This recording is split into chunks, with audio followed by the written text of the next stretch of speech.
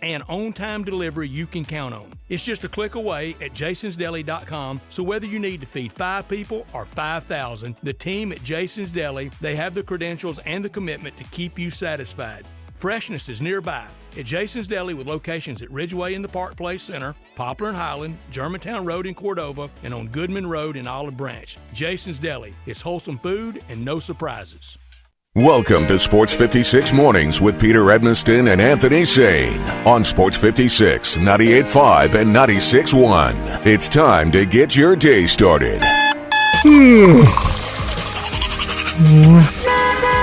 Live from the Family Leisure Studios, here are Pete and Sane.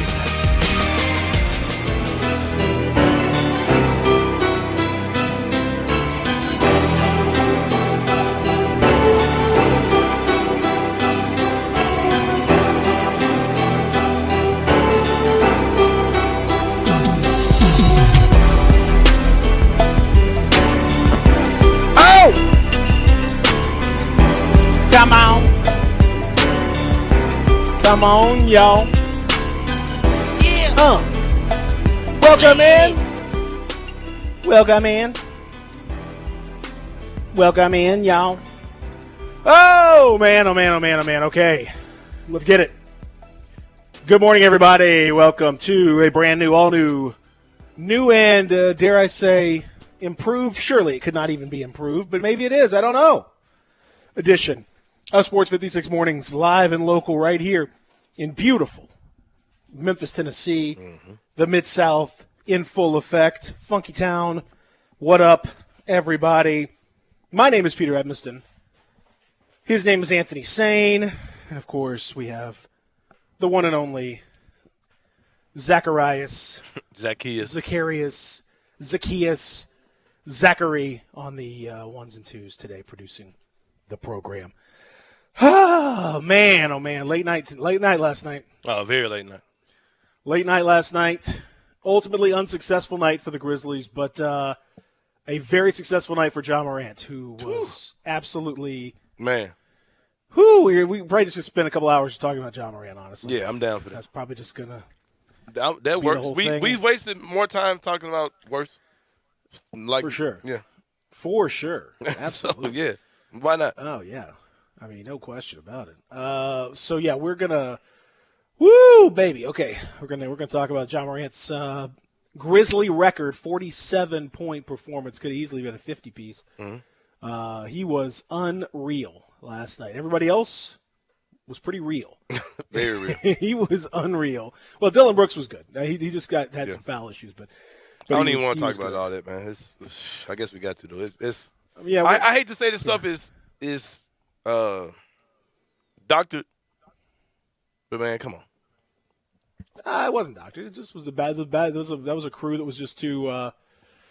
That crew was ridiculous. Yeah, let's say that they went in and they wanted to call every foul on everybody because it wasn't just. I mean, the Grizzlies were the beneficiaries. There were a lot of bad fouls called on the Jazz, just fouls all over the place. Jazz just spread them out a little bit better than the Grizzlies did. The Grizzlies happen to have some guys that are extremely foul prone, and so when the referees get in a mood like that, then it is what it is. So we're going to talk about that coming up here on the program today. Our good friend Dustin Starr is going to join us as well. 9:00. We'll talk about what's happening with him. I know he's going to be fired up this weekend to get back into action for the first playoff game at FedEx Forum on Saturday night, and I hope the crowd is ready to explode. Match and exceed the energy from that Jazz crowd that was booing Dylan Brooks every time he touched the ball. I love that. When was the last time the Grizzlies had a guy that would be worthy of booing every time he touched the ball? That's awesome. I love it, bro. That. It's almost like he's a villain. It is almost like he's a villain. We should coin that. Somebody should just start. Somebody should make a shirt out of that. Yeah, honestly, we should make that a thing. You know what? His nickname should be the Equalizer. There you go. After 4 years, I love Pete. I love Pete Pranica. I love him. He's a friend. He's a good guy. He's a friend. Yeah. I've worked with him in basketball. Worked with him in soccer. I love Pete. I have to keep it real. Equalizer's not a thing. I feel like Pete might have like some kind of stock in Equalizer maybe, or I don't know, some kind of. Yeah, I just don't think that's gonna. Don't think that's gonna. Don't think that's gonna work. Don't think that's gonna work. So. Well, Peter, I came to the creed that here on May the 27th, 2021. Beautiful morning. That Dylan Brooks' nickname will be Dylan the Villain. After 4 years of playing for the Grizzlies, I've just now came to the fact that Dylan and Villain rhyme. It's amazing. It's amazing how I just discovered that. Huh? I know. And it's amazing. Somebody should make that a thing. Somebody should make that a thing. You've already managed to sell, dozens of T-shirts with that very phrase on. Not dozens. Come on up a little bit. Are we into the hundreds? See, now you're in my business. Now you're trying to count my pockets. Don't worry about my pockets. Well, I said dozens just to keep it there. It's probably like that. I mean, that's probably true. If it's 8 dozen, that's 96 shirts. That's a lot of shirts. I mean, so dozens is a lot of Dozens is a good number. Shout out to the dozens and dozens of people that have bought shirts from me. That's why I said dozens. I thought it was a nice, good number. It was. Have you seen the shirts are starting to roll in? Teens. You seen the people? It was more than teens. Yeah, you seen the people. The shirts are rolling in though. You seen it? I have not. I have not seen it. I haven't seen that. Proud moment for the kid, man. But yeah, it's beautiful. The Grizzlies took a tough loss. I'm glad the drop ship process is working as promised. It's so 2021. Anthony saying does not have to have any of the inventory in the house at all. Nothing. Got nothing. You got your automatic emails coming out, let you know when your stuff is on the way, give you a tracking number. Look at that, man. Like who? Come on, man. Welcome to 2021.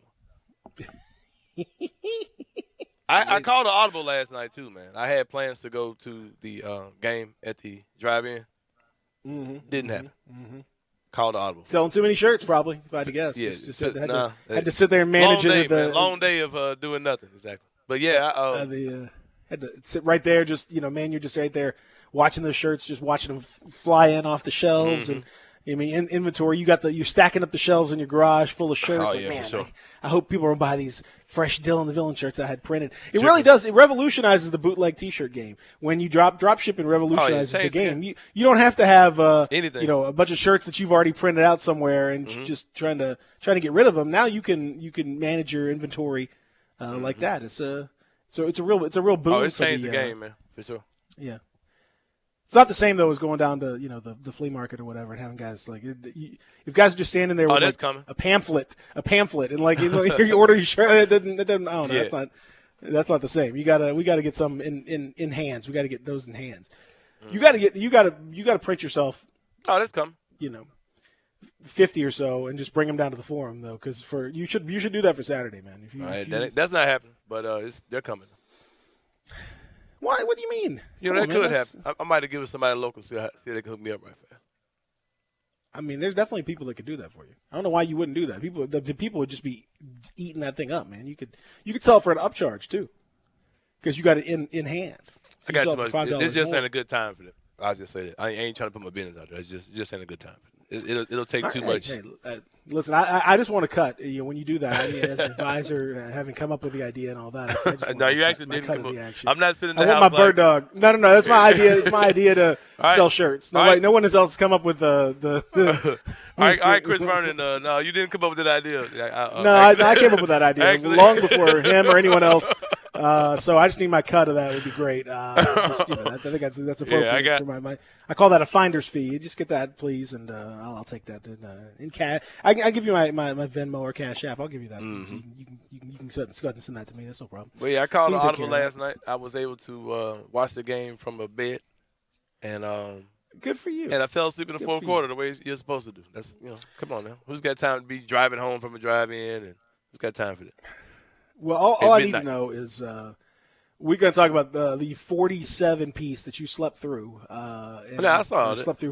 You slept through much of, and I got to talk too about the Jazz fans. We're going to talk about Jazz fans here in a little bit. But let me tell you first how to get in touch with us. 360-8255. 901-360-8255. That's the First Bank phone line and the First Bank text line. Conveniently enough, it's in one number now, so you don't have to worry about any of that stuff, man. You just keep us right there in the old phone, and you are good to know. That's right. You got to take care of it. Of course, that's where it is. Texter says maybe Pete's a big fan of Queen Latifah. Probably watching Living Single back in the day. From Vance. Vance, I have no clue what that's a reference to. It's in reference to the Equalizer because Queen Latifah, Pete Pranica, not me, Pete, but Pete Pranica. I don't get the Equalizer thing at all. Like I don't know what he's talking about. Period. The Equalizer is a show now that's on CBS or streaming CBS. But Queen Latifah. Queen Latifah is the Equalizer. She stars in it. She does dirty work that no one wants to do. He's saying that Dylan Brooks similarly does dirty work that no one wants to do. Dylan also takes 20 shots a game. Is an equalizer. So has the equalizer. Yes. Well, Queen Latifah takes 20 shots a show of Patron or whatever, and so that's part of it as well. Oh, okay. No, it's not. That's why I said it's not a thing. I don't know. But Vance, Pete is a big fan of Queen Latifah, or at least a big fan of Living Single. Although this Pete is a big fan of Queen Latifah as well, and once freestyled on Queen Latifah's short-lived talk show back in the day. What are you talking about? That is a true story in New York City. Where's the clip of it? It was during it was a pre-show. It's a long story. Okay. I guess I'll tell it real fast. There's no other way that this would possibly come up, so I'll go ahead and tell the story. I was up in New York, part of a broadcasting trip. We were visiting various TV shows, and one of the TV shows we went to was Queen Latifah, and so we went to the taping of Queen Latifah's talk show, and they sprinkled us in amongst the New York City crowd. It was Manhattan. It was a few flecks of salt and what was otherwise mostly pepper, I would say, in that particular dish. And so I was sort of carefully positioned right behind the camera. Actually, I was like right behind the hard camera, and we were waiting for the show to start, and it was taking forever, just forever. Like I don't know what was going on with Queen Latifah. I don't know if she had something come up, or I don't know. We were there forever. We were like an hour late for the taping time. And they had a couple comedians come out and try to entertain the crowd and all this stuff. And then at one point, they started just having people raise their hands to do things. I don't know why. And my friends raised their hands behind me, and unbeknownst to me, and started pointing to me. And so the guy pulled me out of the crowd. Was like, "What do you do?" And I couldn't think of anything, but I knew I could freestyle. So I was like, "Oh, I'll just do a freestyle, I guess." I wasn't really thinking. And so I started to do a freestyle rap. He did a little, beatboxing, and I was rapping. I was doing okay, like in front of the crowd. Sorry. And but then I made the unfortunate mistake of I said something about I'm gonna do some rhyme for all you folks, and I couldn't think about folks. What rhymes with folks? Like you know how it is when if you're making stuff up, your brain starts to spin. You almost cussed on that joint. Well, I said all you folks. And then I said I was like, oh wait a second. So when I eat my egg, I don't like no yolks. You said and that. Then I said. That's pretty tight. And then I said, but then I went to the next line saying, which was in my mind, I like it all white. And immediately it was a record scratch moment. Yeah, I actually said that. And I realized instantly that I made a terrible mistake. And the beatboxing immediately stopped. And and I had to walk back in front of a crowd of about 95% black New Yorkers that were not particularly interested in my. I was like, hey, I just I wasn't trying to make some kind of. I wasn't making some kind of claim here. Mm-hmm. I just made a very bad rhyme at a very bad moment, and that was it. And so my short-lived rap career, dead in the water. Very quickly. I got a word of advice for. So fans. let me just tell you, guys, just FYI, ahead. guys, if you're freestyling, it's a dangerous business out there. Don't get out over your skis. Make sure you're ready for it. I wasn't ready for it. They threw me out of the crowd. I wasn't ready for it, and I made a terrible mistake and almost.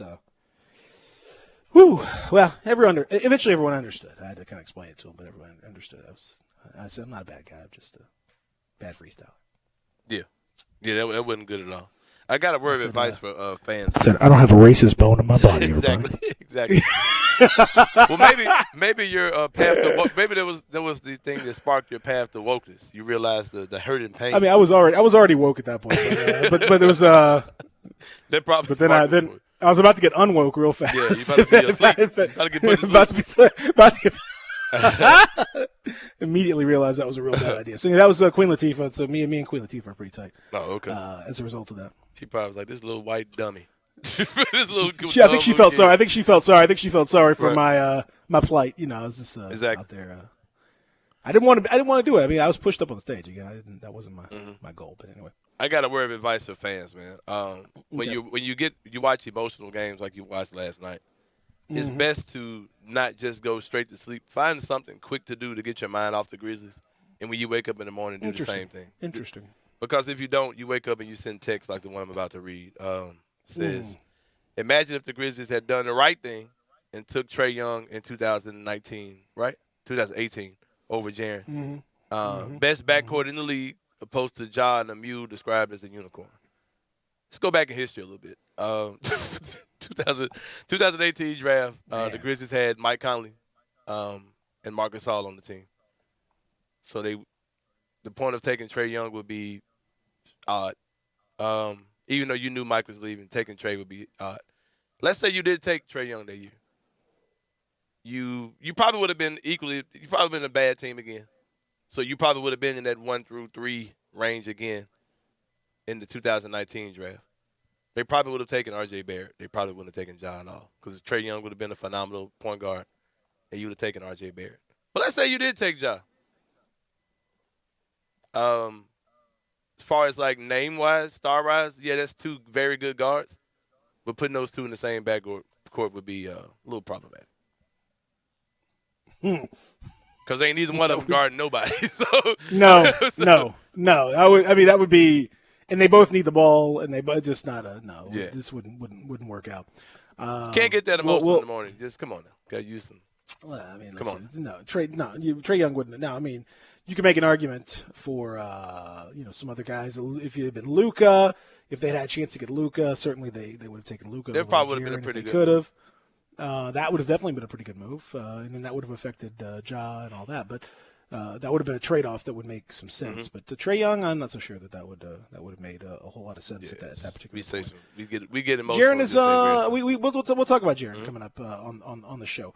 But Ja, 47 points last night. 47 points last night, and really helped to he and Dillon pretty much kept the Grizzlies in the game when they were down 22 and could have just packed it up. That third quarter, they scored 43 points, pulled themselves back into the game, made it competitive, got it down to a one-possession game when it looked like it could have easily gotten away from them completely and could have turned into one of these blowouts that we've seen in the other series, 30, 40 point blowout. It did not happen that way, and it's thanks to those guys. Ja Morant playing the entire second half, did not sit, and I think that was a wise decision. From a, I mean, as long as he could do it, and he didn't. He got a little bit tired, but man, for the most part, like he was still going strong at the end of that game. So his stamina was quite high. You have extended rest, and they're not playing again until Saturday, so that's fine to go ahead and extend his minutes out. Much more balanced attack from the Jazz, who had 7 guys that scored at least 14 points, led by Donovan Mitchell, who returned, played 26 minutes, scored 25 points. Grizzlies really couldn't do much with him on the defensive side of the ball. Grizzlies bench was absolute flaming hot garbage last night. Can I talk about Grayson Allen? Because people not for the first time. Grayson Allen, holy Lord, that was the return game. The Grayson Allen return series isn't going. Yeah, it's not going. It's not going. It went okay in game 1. He hit a couple big shots, but game 2, the sequel, 19 minutes, 0 for 6, 0 points. Minus 23 in his 19 minutes, by far and away the worst plus minus of any Grizzly player. When he was on the floor, it was hot mess is what it was. And unfortunately for the Grizzlies, they really couldn't overcome that. At this point, it's time to try Brandon Clark, Justice Winslow. Conchar would have been better. Let's throw Conchar in the mix. I think it's time to the love of Grayson Allen is problematic at this stage of the of proceedings.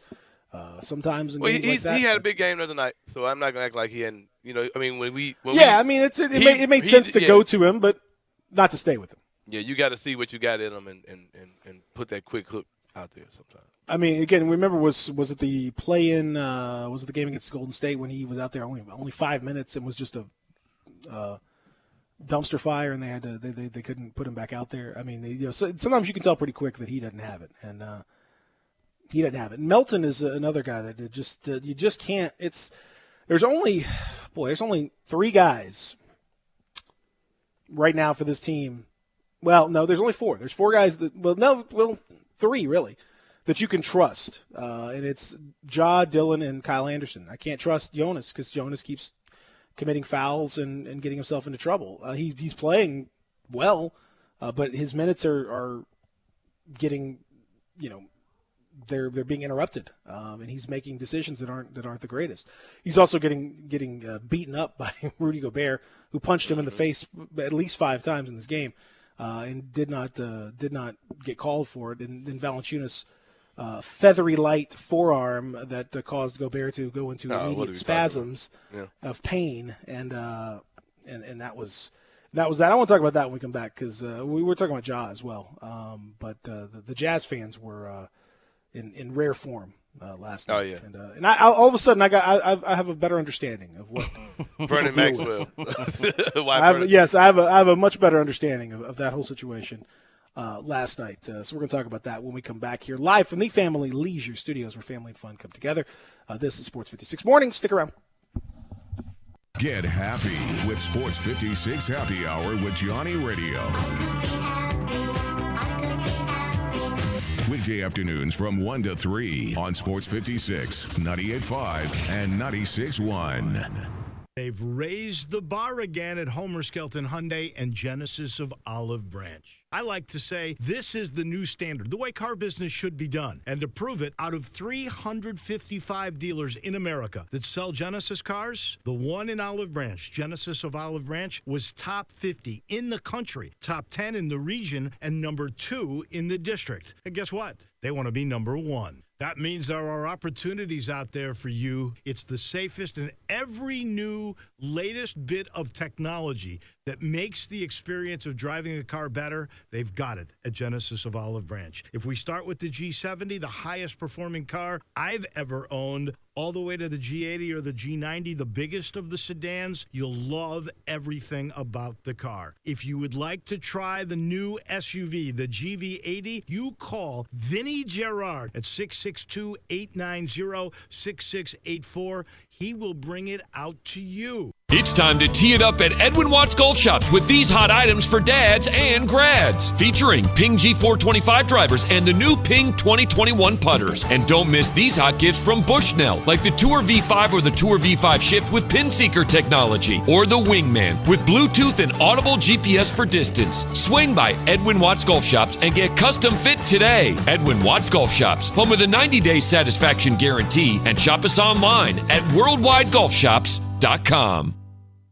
Say hello to happy, healthy hair at Ulta Beauty's Gorgeous Hair Event, happening right now. Get hair care happy with 50% off hair care essentials from brands like Hot Tools and Living Proof. And get wow-worthy hair with unbeatable deals on shampoo and conditioner pairs from brands like Redken. Longer sunny days just mean more time to show off your new style. Hurry! This event ends May 29th. Discover your best hair yet. Ulta Beauty. The possibilities are beautiful. It's happening again at Family Leisure. Don't miss out again this summer, because pools are going fast. Spas in stock now, too, and they're ready for delivery. New 2021 patio furniture, state-of-the-art in stock now, and up to 20% off select sets. Swing into spring with a brand new play gym, professional installation available. The temperature's rising, and so is the service at Family Leisure. Family Leisure, I-40 and Whidden Road, where family and fun come together. There's an institution in East Memphis that I love talking about. It's the Spirit Shop at 4848 Poplar Avenue, right down the street from Clark Tower, and it looks like a log cabin. It's been around Memphis since 1969 with a family-owned, friendly, knowledgeable sales staff that is just a wonderful place to go. I love going in and talking wine or bourbons, and they've got such great selection. So if you've not visited the Spirit Shop in a while, it's been remodeled. You'll love what you see when you need spirits. Tell Eddie Wallo said hello.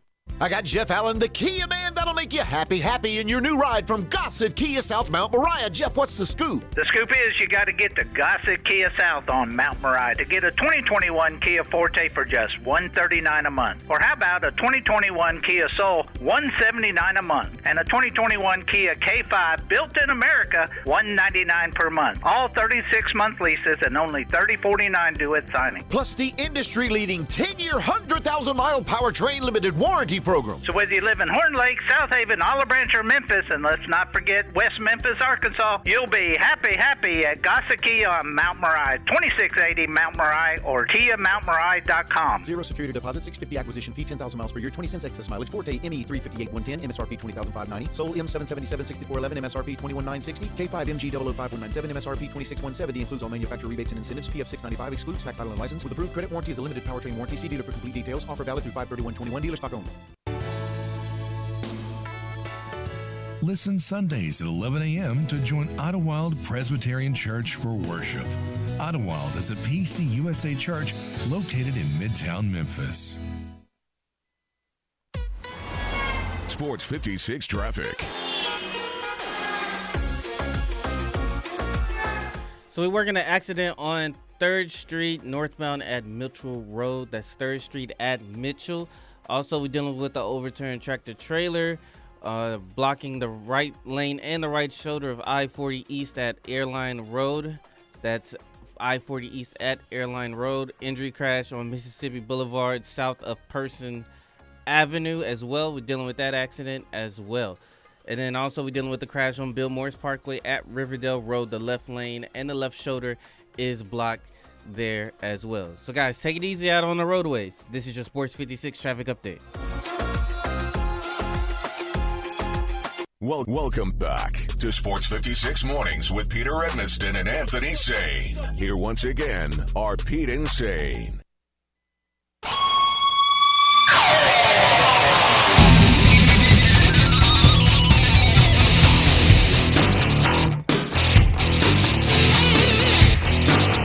Is this, what, Natalia or?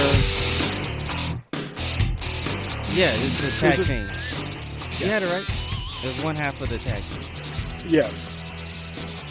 Well, welcome back. Hour number 1 here of the program. We are talking about the Grizzlies' loss last night to the Jazz. Series tied 1 game apiece after a record-setting performance from Ja Morant, the youngest player in NBA history to go for 47 in a playoff game, to go for over 45 in a playoff game. The only player under the age of 22 to do it. He is now second all-time in the record books in terms of points scored in the first 2 games of their playoff career. Only George Mikan has more points than Ja Morant in the first 2 games of his playoff career. He has more than Michael Jordan. It's so crazy. I know. LeBron more than you're talking you would about. have thought LeBron for sure would have had, or Luka. I'm surprised Luka doesn't have more than Luka's close, but yeah, it's wild, man. I mean, listen, you at the end of the day, you're happy to get a 1-1 for sure. series split. Beyond happy. I mean, you're fine with that. But they made it. They made it close. They made it close, and let me tell you something. It was incredible. Last night too, I got to say, the Rudy Gobert continues to be an embarrassment to basketball. Oh man! And I tweeted as such actually last night. And one thing I discovered, because his flopping is outrageous. Like he flopped the first game. He's just standing there like on the sideline. He shouldn't even be off the bench. He's out of the game, and Kyle Anderson comes by, gives him a tiny little shove, and he falls down as if he's been shot. Yesterday, same thing with Jonas Valanciunas, who's fighting for a rebound and kind of brushes him with his forearm, and Gobert falls down as if he has had an alert, like an epileptic seizure, and he's just flopping around like Hulk Hogan. When you remember when Hogan would get hit and he would like do that little like shake thing on the ground. That's kind of what Rudy Gobert was doing. He looked like that. It was pathetic. It was pitiful. It was pathetic. It was unbecoming of a guy that supposedly is as talented as he is, and he is a very talented guy. He's a great defensive player. All that's true. So I tweeted that out, and Anthony saying I'm not exaggerating when I tell you that hundreds, not dozens, hundreds of Jazz fans immediately flooded my mentions with like I cannot. They don't have any like creativity. They have no. If you can look at them, it's just never ending. Like every time, thank God I don't like have any kind of like notifications or anything on because my phone would just battery be dead. Yeah, but every now and then I would check and there's just like dozens more. And I would check again and there's dozens more. And I couldn't even I couldn't even see the legitimate like stuff that people were saying or responding to because the Jazz fans were overwhelming the mentions with. It was all the same thing. It was like, you mad, bro? Ha ha ha. You salty, bro? Ha ha ha. Oh, look at you getting emotional, bro. What is that? All you got? They I mean, there's no creativity. There's no like. It's just. It's pitiful. And then they're like, oh, you the defensive player of the year, huh? It's nothing to do with defensive player of the year. It has to do with the guys, like, he's embarrassing himself out here. So just the constant mentions, constant, like, oh, look at you, like taking shots at me. It's pathetic. What a pathetic fan base. And I understand now, I mean, a little more about what these players are talking Peter, about. your post is an embarrassment. I'm just reading some of the tweets. Oh, I mean, yeah, you're seeing they run the gamut from, and to be fair, most of them were more. I would have lit every one of these folks up. I didn't see it, bro. I apologize. I would have. Yeah, you were asleep. You were asleep. I was you were probably asleep. So yeah, but it's crazy. It's crazy. It's crazy. Like I said, these ratios are delicious. That's not even funny, man. Yeah, I know. It's not even. That's what I'm saying. It's not. All it was is just nonsense. Like it's just nonsense. But there's just a million. There's a million of these things. It's just hey, insane. Hey, this funny though. Somebody said, "We appreciate the contribution to Great Salt Lake with your tears." Oh yeah, that's pretty funny. I give you that. Yeah. He didn't make it funny as it could have been. He didn't say nothing about the tears of them. Yeah. But anyway, that's funny. How about objective Jazz fan says this tweet is all the proof we need of why abortion should be legal. Whoa, yeah, that's a whoa, my dude. That's a classic. Hey, I ain't gonna lie, man. Rudy Gobert would be hard for me to cheer for. I ain't gonna lie. Like, I agree. Just like this guy's talking about Trae Young. I don't want no freaking Trae Young on my team. He's great. He's a great player. I don't want that. No, give me a job with that dude in my city any day. Get out of my face. Anyway, Rudy Gobert is trash. Like, come on, man. And somebody brought up something. Several fans, including one guy that's like a radio guy, big time like writer guy, or a guy that's got he's got a good following. Brought up a thing that I wrote back in 2014. Yeah, I saw it. About Zebo, and I said amazing flop from Zebo, which I was like being sarcastic. Right. And like they think like, oh, I got him. We got him. We got him. Got it. We got him in the Goofy, corner. Man. Got him. Boom. What doesn't even make sense without context at all? Just like, and they're talking about, oh, he ate the Grizzlies' lunch. Man, y'all dunked on this dude last night. Man, get out of here, man. I'm like, oh, look at him blocking Ja. I'm not talking about him blocking anybody. Just talking about being goofy. Like somebody puts a gif of like of Dylan Brooks flopping in college, which was terrible. Yeah, that's a ridiculous flop. I don't care. Like that's a college game. What are you guys talking about? Am I supposed to comment on Dylan Brooks in college flopping? Yeah. And then somebody in my capacity as somebody who covers the Grizzlies, I'm supposed to comment on Dylan Brooks when he played for the Oregon Ducks.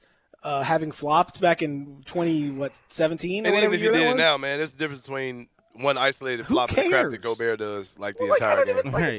It doesn't matter. It's just like Gobert does doing this every game, and he's 7'3", like 300 pounds.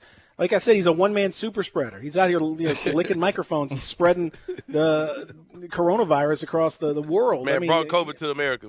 Come on, man. I know. He's out here. I mean, Donovan Mitchell should watch out. And then somebody dove deep into your archives, Peter, and brought up a tweet about Zebo flopping. That's what we were just talking about.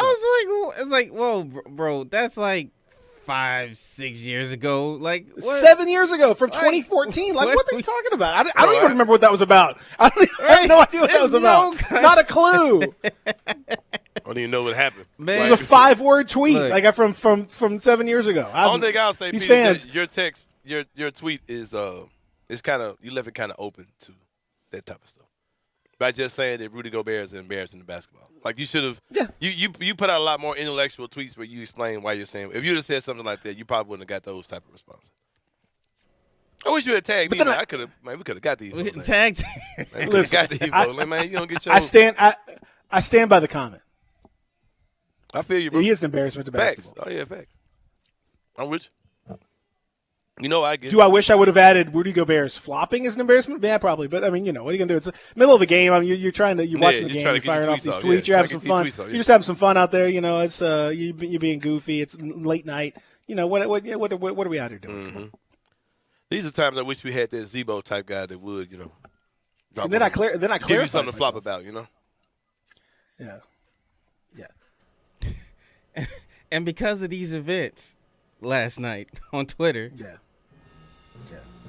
we just got a new event in the main Olympics. What's it? Oh boy. It is the checking event. Right, you already know. Yes. And so far, well, Utah not looking too good, man. No. Cause yeah, their Twitter universe is trash. Like just computer. I would have got on you back in the day if you was like from another. I would have hopped on your head, man, for real. Listen, man. Saturday's gonna be a masterpiece for the city of Memphis. Look, it's gonna be a masterpiece. The context of the tweet is quite clear, and then afterwards I clarified. I said, "Look, Rudy Gobert can both be a great defensive player and an embarrassing flopper, which he is. He's both those things. Mm-hmm. So that's fine." And I said, "You don't have to be an embarrassing flopper to be a great defensive player, but he is. You know, he chooses that route in life. He chooses that lifestyle. That's what that life didn't choose him. He chose that life. That's him. Anyway, I understand what Jazz fans are. I get these fans are some of the trash. players. Like, I get what some of the players are. I get what some of the players are talking about now because the most innocuous thing. They just my God, it was like I said they don't know toxic, how to do it man. right. They don't know how to do it right. Talking about like abortions, like this is why you should abort. Talking about my mom. I talk trash about the Hawks and the Pelicans, and their fans come back at me that said some crazy stuff. But a lot of those dudes I've like really went back and forth with, like we're super cool in the DM. Like we talked about, hey, next time I come to Atlanta, we linking. And like these are like fans that, like they know how to do it right, man. Like Utah fans, get out of here, man. Yeah, Utah fans just they're not like I don't mind like it doesn't none of the stuff even really matters, but it's funny how crazy it was. I was really overwhelmed by just how the avalanche of idiocy. It was crazy. Like if you're just checking or like having fun or whatever, that's cool. Like I enjoy like the thing about the Great Salt Lake. I didn't even see that because it was overwhelmed by all the other stuff. That was funny. Like I'll give you credit for that. That's great. That's funny. I appreciate the creativity on that. No big deal. Saying that I should have been aborted is probably not. That's not as funny. That's less creative. That's just. But Utah is also the state that housed the people that were saying they couldn't get COVID because of their vibrations, their wave frequency. So you know what you're doing.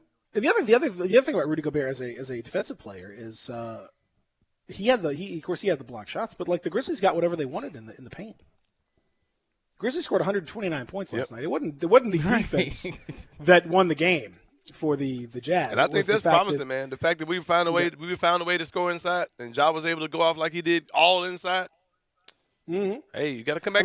Ja had the one spectacular block from Gobert, but otherwise, Ja Morant was. And Ja also dunked on Gobert too. So.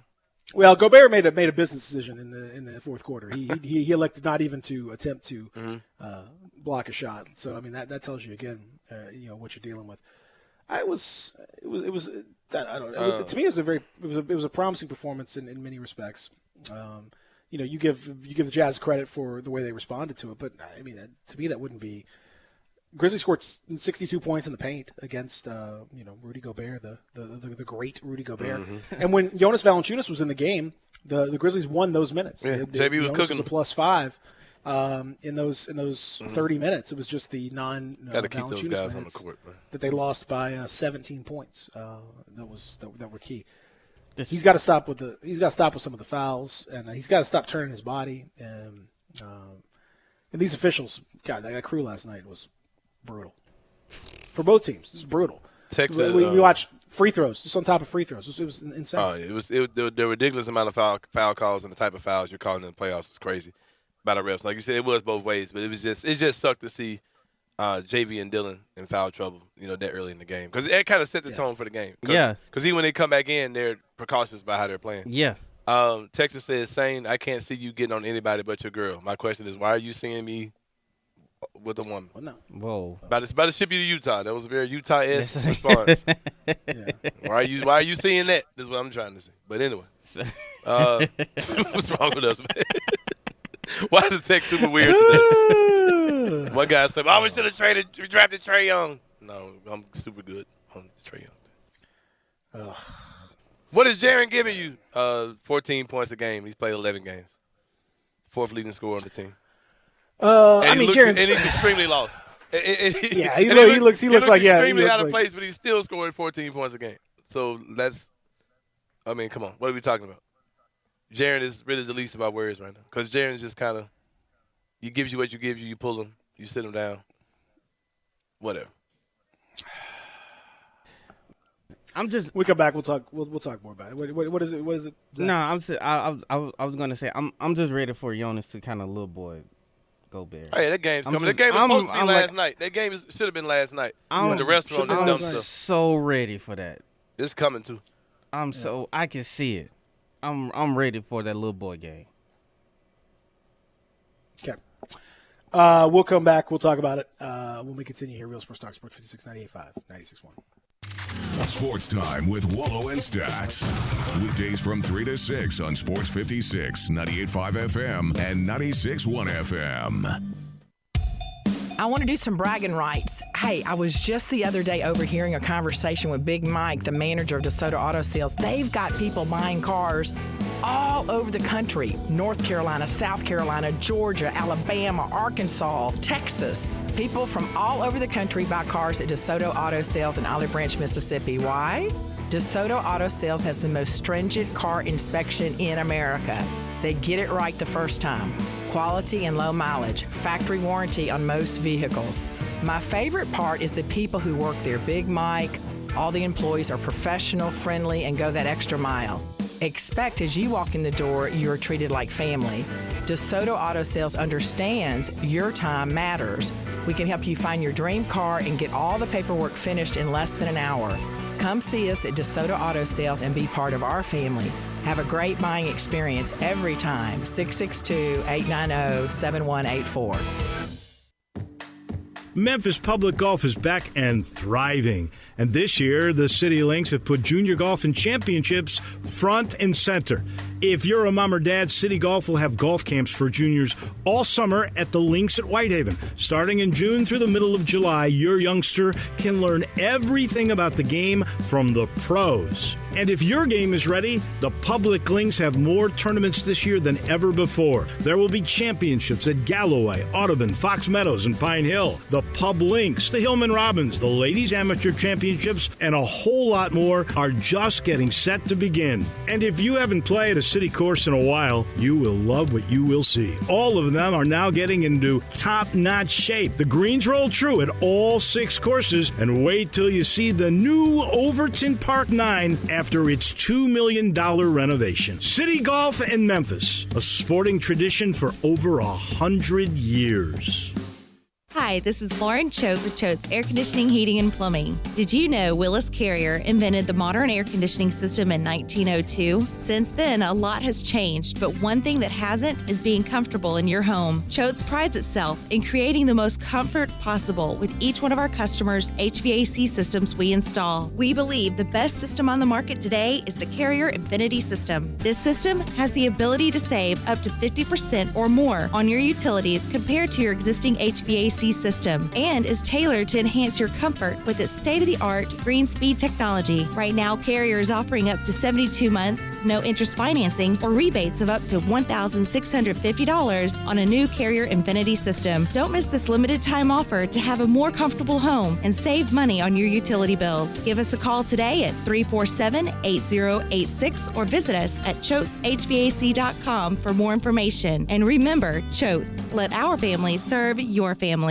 There's a new commissary in town in Collierville. Germantown Commissary is doubling. Yeah, they're still going to have the old Germantown Commissary by the tracks, but now there's a huge new Germantown Commissary in Collierville at Poplar and Houston Levy Road. It's huge, too. There's a drive-through. There's plenty of parking, no telephone pole to get in your way, a cool patio. It's right by the track, so the tradition continues. And this is a tradition that's been around forever. That commissary is famous for hickory-smoked, slow-cooked Memphis-style barbecue. They've got a private party room at the new one in Collierville. Self-catering still continues. Party packs for $5.95. Basically, the great ribs, the great pulled shoulder, the great deviled eggs, Everything is there in Collierville and Germantown now. So there is now a Germantown and Collierville style of barbecue. It's called Germantown Commissary. Mount Moriah Auto Sales. What sets them apart? Great selection, quality, high-end to low-end cars, and low mileage. Mount Moriah Auto Sales is under new management. Ask for Emmett or Steven. Check out their great selection of cars or trucks. Choose from Dodges, Jeeps, Fords, GMCs, Infinitis, Porsches, Range Rovers, Lexus, Mercedes, BMWs, even Bentleys. Mount Moriah Auto Sales also has a great service department with 12 bays for everything from oil changes to alignment to new tires. Go to MountMoriahAutoSales.com. Pick out your like new car or truck today. Mount Moriah Auto Sales, right on the corner and right on the price. Welcome back to Sports 56 Mornings with Peter Edmiston. Yes, I will be good, I promise. Co-hosting Sports 56 Mornings is Anthony Sane. That's great, man. Now, back to Peter and Anthony. Like most girls, who only take just what they're given, like a plastic little princess. Lucky for me, I'm not like those girls, who only take it all for granted. All they got is what they're handed. Lucky for me, Oh, yeah. Celebrating World of Wrestling as we do on Thursday. Take a break from some of the other music. Of course, you know we got a bunch of music over on the Flint family of stations. Q1075, 107.5. FM. You got the Sunny 103.1, of course, and 1210 AM, and got all the great the music that's happening here on the airwaves. You can check out Hot 107.1 as well. Our good friends just down the building down just directly catty corner to the building here. You can check out all that great music throughout here on the Flint family of stations. We're talking about the Grizzlies last night, losers to the Jazz in Game 2, 141-129. But let's talk a little bit about Ja Morant for just a second. Let's just give Ja Morant his Let's throw the laurels to Ja Morant. He was unbelievable last night. That's the Ja Morant. Got to the foul line 20 times. 15 of 20 from the foul line. 15 of 26 from the field. 47 points. Absolutely outrageously good in every way. Single-handed leading the team. Keeping them in the game in the first half with 22 points in the first half. Then, navigating them through every single part of this game. Every quarter he was good from the beginning. He had double-digit points in every quarter of the game. There was no letdown. Played all but 5 minutes. Was played and at times was defending Donovan Mitchell. He was doing everything, saying this was a superstar level performance at the highest possible. I mean, he got to his spot whenever he wanted to. Got that little push shot, that little floater. He tried to go after Gobert in the first half, and he got blocked. But you love the fact that he's even willing to try against a dude who's literally a foot taller than him. I just was blown away. That's the best performance any Grizzly has ever had in any game, bar none. Yeah, it was an amazing performance by Ja. And the thing that stuck out to me when I saw we cut the lead to 2, and then, Utah kind of started doing Utah stuff, and, they broke it open in the fourth. The moments I was awake in the fourth quarter, these are some of the musings that I had about the game. We talk about data collection. That's something we've made kind of a running joke, and people question whether that was something that was a real thing and all these type of things, but I don't know why I feel so petty this morning. I'm in a real petty mood. But, we talk about data collection. This is data collection. This is your star point guard playing on the biggest stage against one of the better defensive teams in the league, in the playoffs, in games that matter, willing his team back into the game against the best team in the NBA, period, record-wise. This is why I was so frustrated about how we were so haphazard about, what appeared to be us being haphazard about whether we make it to the playoffs or not, or what's important, winning or development. This is what develops your point guard, to let him sharpen his teeth in the playoffs, playing against one of the better guards in the league, playing against the team he plays for is, one of the former franchise players. This is how you develop a guy in these type of moments. And we saw that switch flip with Ja yesterday. And it's major, man. Like, and no matter what happens the rest of this series, what happens the rest of these playoffs, these type of moments not only have changed Ja. Look what it's done for Dylan, man. Look at where Dylan's confidence is. Look at where Dylan's perception is nationally from being on this stage. You know what I mean? Mm-hmm. And that was a moment of excitement I had. Like, yeah, man, this is it. Like because I've had words like, man, I don't know if we've got the pieces or the core. I don't know if Ja's the guy that can. No, man, that game yesterday showed me these guys have what it takes for the Grizzlies to be a contending team, a team that can land free agents, a team that in the next offseason could be a landing spot for guys where guys may want to come. Where we have pieces we can trade to get, star talent here along with these guys. And Ja's just gone to the next level, man. And it's incredible. And it's all in the paint. Like he's not out there shooting threes. He's not out there pull up. I mean, just all I'm gonna take you to the rim. I'm gonna throw this floater over your head and it's going in. And it's extremely impressive, man. Like all the things we talked about. Being super aggressive, making guys have to make decisions, getting to the basket. Some of the passes he was making yesterday, crazy. And that's something that this city has never seen. A guy who, when he's all the way locked in, looks like one of the best players in the league. Texter asks, does this settle the argument about Ja being the top 5 point guard? Not yet. He ain't there. No, but you he's see not. it. He's nowhere close to being there. But you see it. You see it. And like Josh 21 years old, man. He's 21. That's what I'm saying. He's 21. That's the part that's crazy. He's 21. I mean, but see, here's the thing. I don't want to get caught up in everybody. I hear everybody say, I just imagine what it's going to be like when he does this, that, the other. Forget about that. He's doing it now. If he never gets 1 ounce better, ever, if he doesn't change one iota about his game, he's the best Grizzly that's ever played in terms of talent.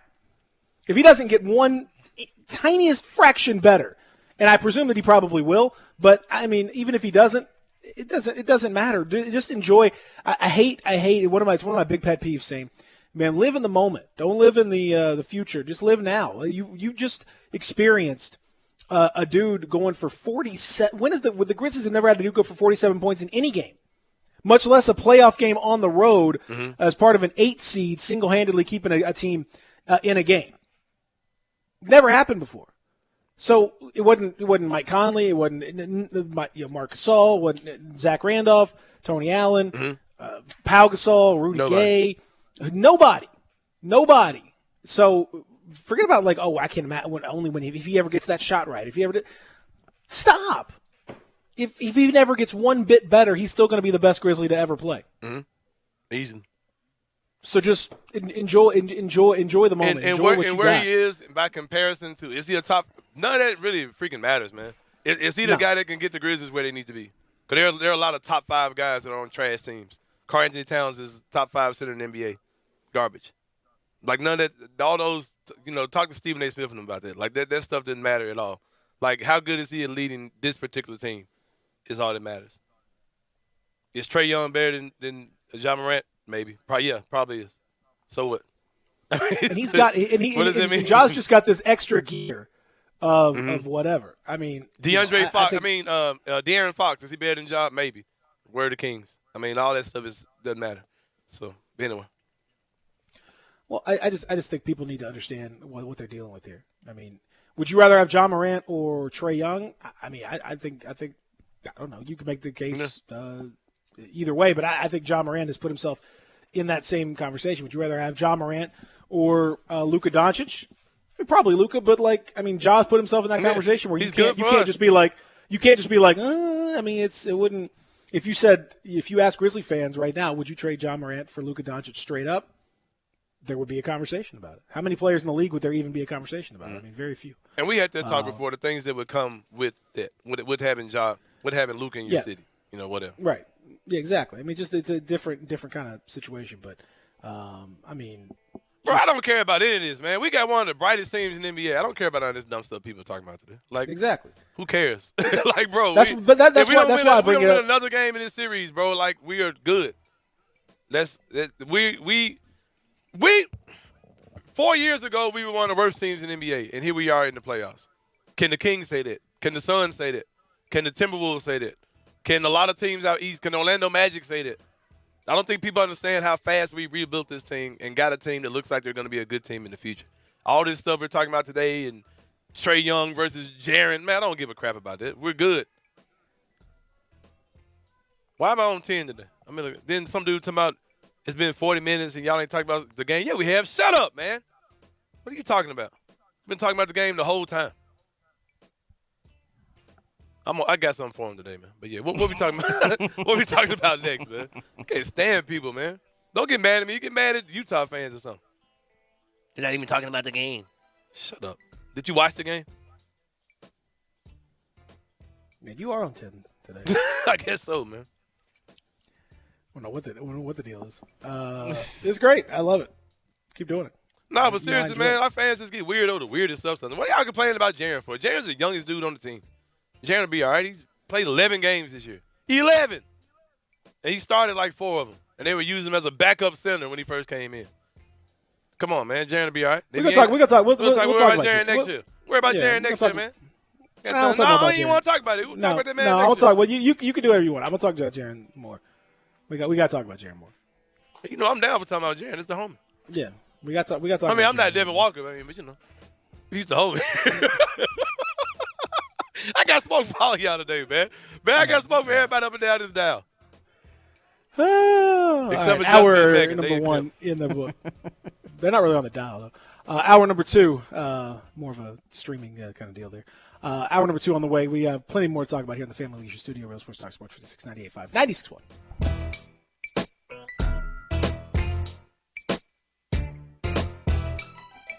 They've raised the bar again at Homer Skelton Hyundai and Genesis of Olive Branch. I like to say this is the new standard, the way car business should be done. And to prove it, out of 355 dealers in America that sell Genesis cars, the one in Olive Branch, Genesis of Olive Branch, was top 50 in the country, top 10 in the region, and number 2 in the district. And guess what? They want to be number 1. That means there are opportunities out there for you. It's the safest and every new latest bit of technology that makes the experience of driving a car better. They've got it at Genesis of Olive Branch. If we start with the G70, the highest performing car I've ever owned, all the way to the G80 or the G90, the biggest of the sedans, you'll love everything about the car. If you would like to try the new SUV, the GV80, you call Vinny Gerard at 662-890-6684. He will bring it out to you. First Bank is here to help you, whether you're a business looking for a loan to expand or refinance an existing one, a homeowner looking for a mortgage or home equity line, a consumer wanting to finance your dream car, or wanting a competitive rate on your CD deposits.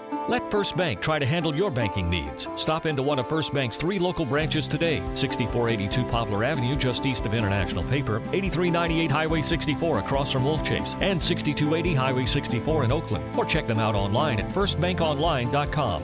Member FDIC, Equal Housing Lender. The summer of fun is here now at Mario's Pools. Hi, everybody. This is Dave Woloshin from Mario's Pools on Exeter Road. That beautiful pool, well, it just doesn't happen. So call Mario, and his team will be right there to guide you every step of the way if you want to do it yourself, or they'll do it for you. If you need a replacement pool liner, Mario has the best price against all the major competitors, and by the way, the best selection. Call Mario's Pools, easy, 552-3399. That's 552-3399, or just walk in, so easy, in Germantown on Exeter Road. The great thing about Mario is he always takes that extra step. He gets to know you and your pool. He'll do everything he can to make it perfect. Mario's has an A rating with the Better Business Bureau. You can check out the reviews on Facebook. Don't be a slave to your pool. Call Mario Pools today, 552-3399. Acura of Memphis invites you to experience the all-new, completely redesigned 2022 Acura MDX. It's the most advanced SUV Acura has ever built. Experience the convenience of full connectivity, including built-in Alexa, Wi-Fi hotspot, and wireless charging, from the stunning interior complete with third-row seating. Stop by our state-of-the-art facility and take advantage of our aggressive APR offers today at Ridgeway and 385. Or shop online from the convenience of home now. Visit AcuraofMemphis.com. Did you know nearly 40% of men under 40 and over 75% of men over the age of 40 experience sexual performance concerns? At the Memphis Men's Clinic, their experienced physician performs a comprehensive evaluation that determines which specific issues may interfere with your sexual performance. These issues can vary and range from anxiety to medical issues, low testosterone, or erectile dysfunction. The Memphis Men's Clinic has evaluated hundreds of men of all ages over the years and reestablished a normal sexual life. The Memphis Men's Clinic will work aggressively to resolve issues and allow you to restore your sexual health and overall well-being. That's the Memphis way. If you're 20 years old or 90 years old, come and get cared for the Memphis way. Treatment that's based on your specific needs after a professional clinical evaluation by their experienced board-certified physician. Call the Memphis Men's Clinic today at 901-443-0475 or visit memphismensclinic.com. We are Sports 56 WHBQ Memphis, W253DF Memphis, and WIVG Tunica Memphis. Flynn Broadcasting Stations. Sports 56 traffic.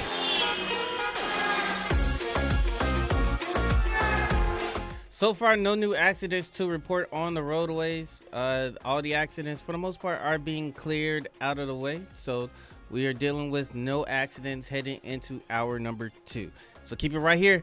This is your Sports 56 traffic update. Welcome back to Sports 56 Mornings with Peter Edmiston and Anthony Sane. Here once again are Pete and Sane.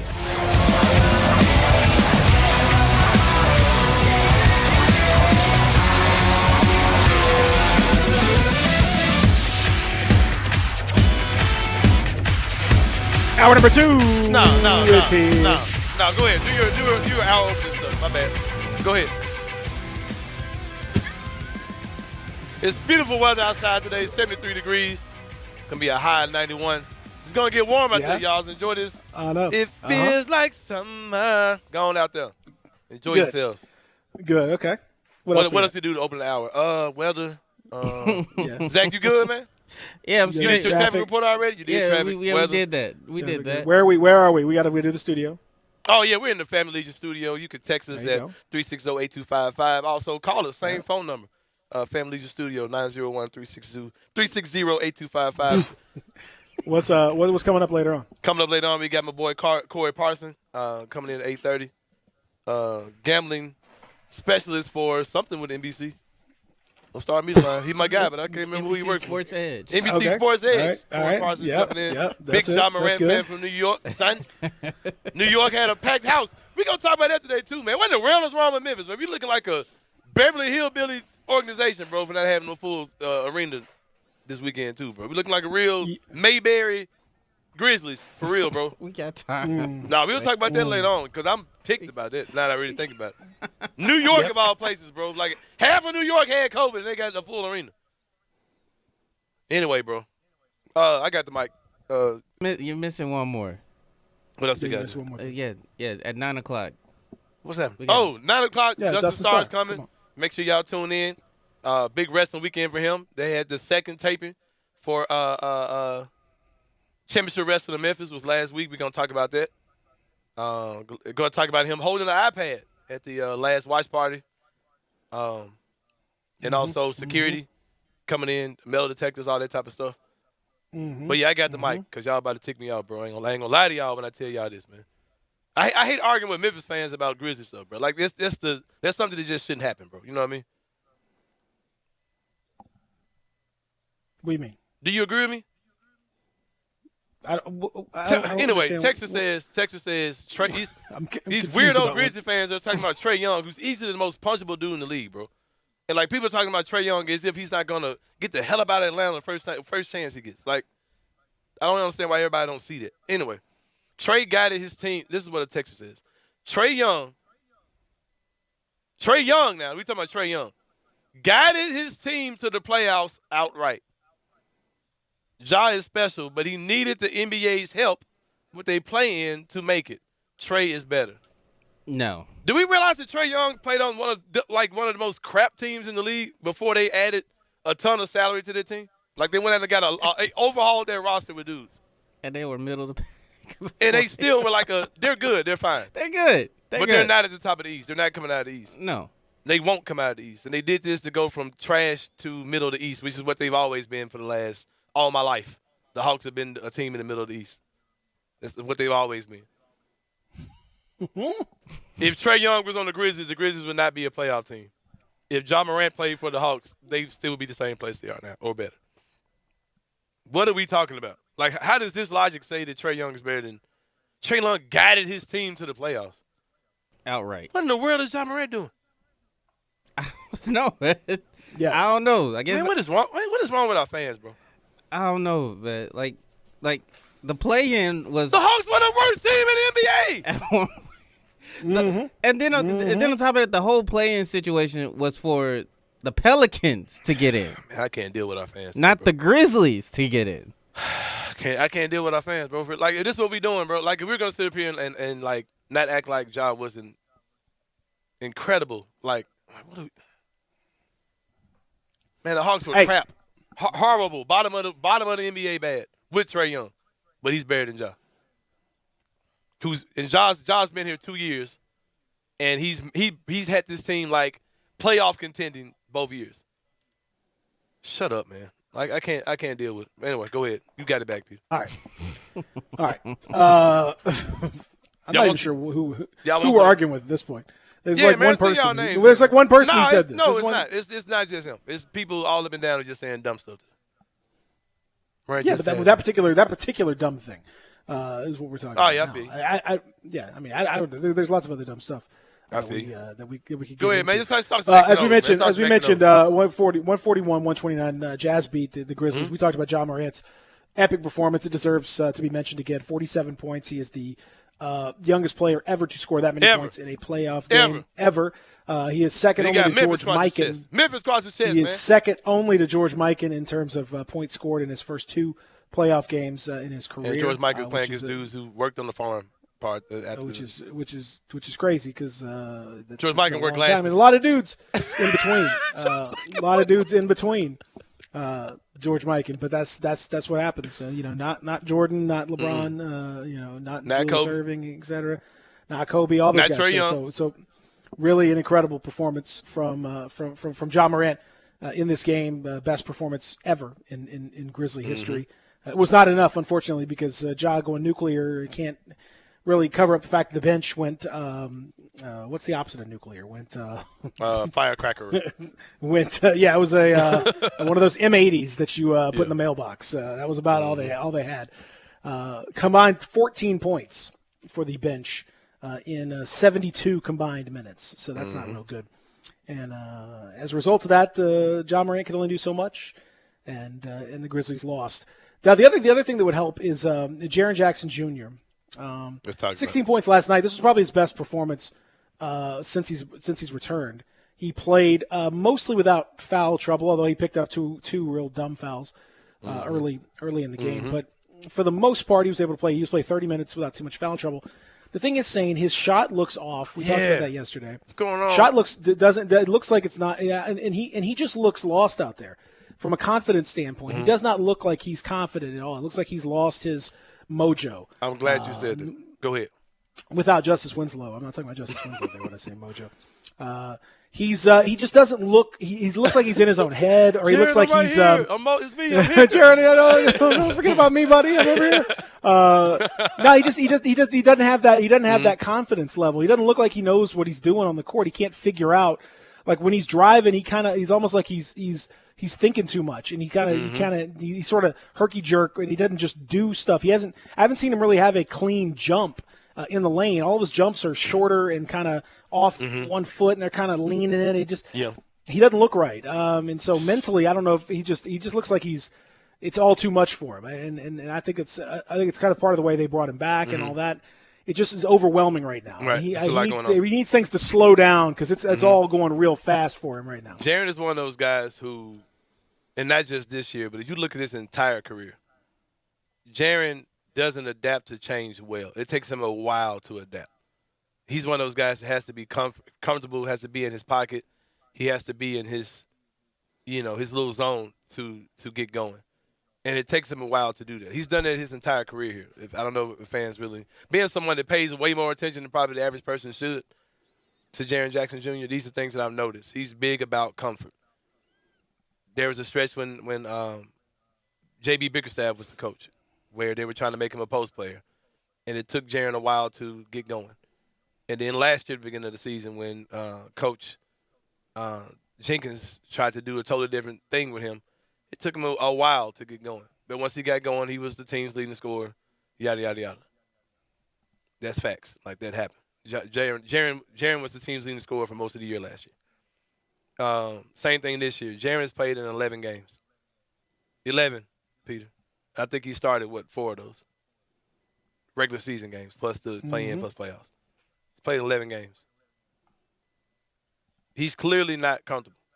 And when it comes down to his jump shot, you know what a big part of your jump shot is? Your knees. Mm-hmm. He probably doesn't trust those too much right now.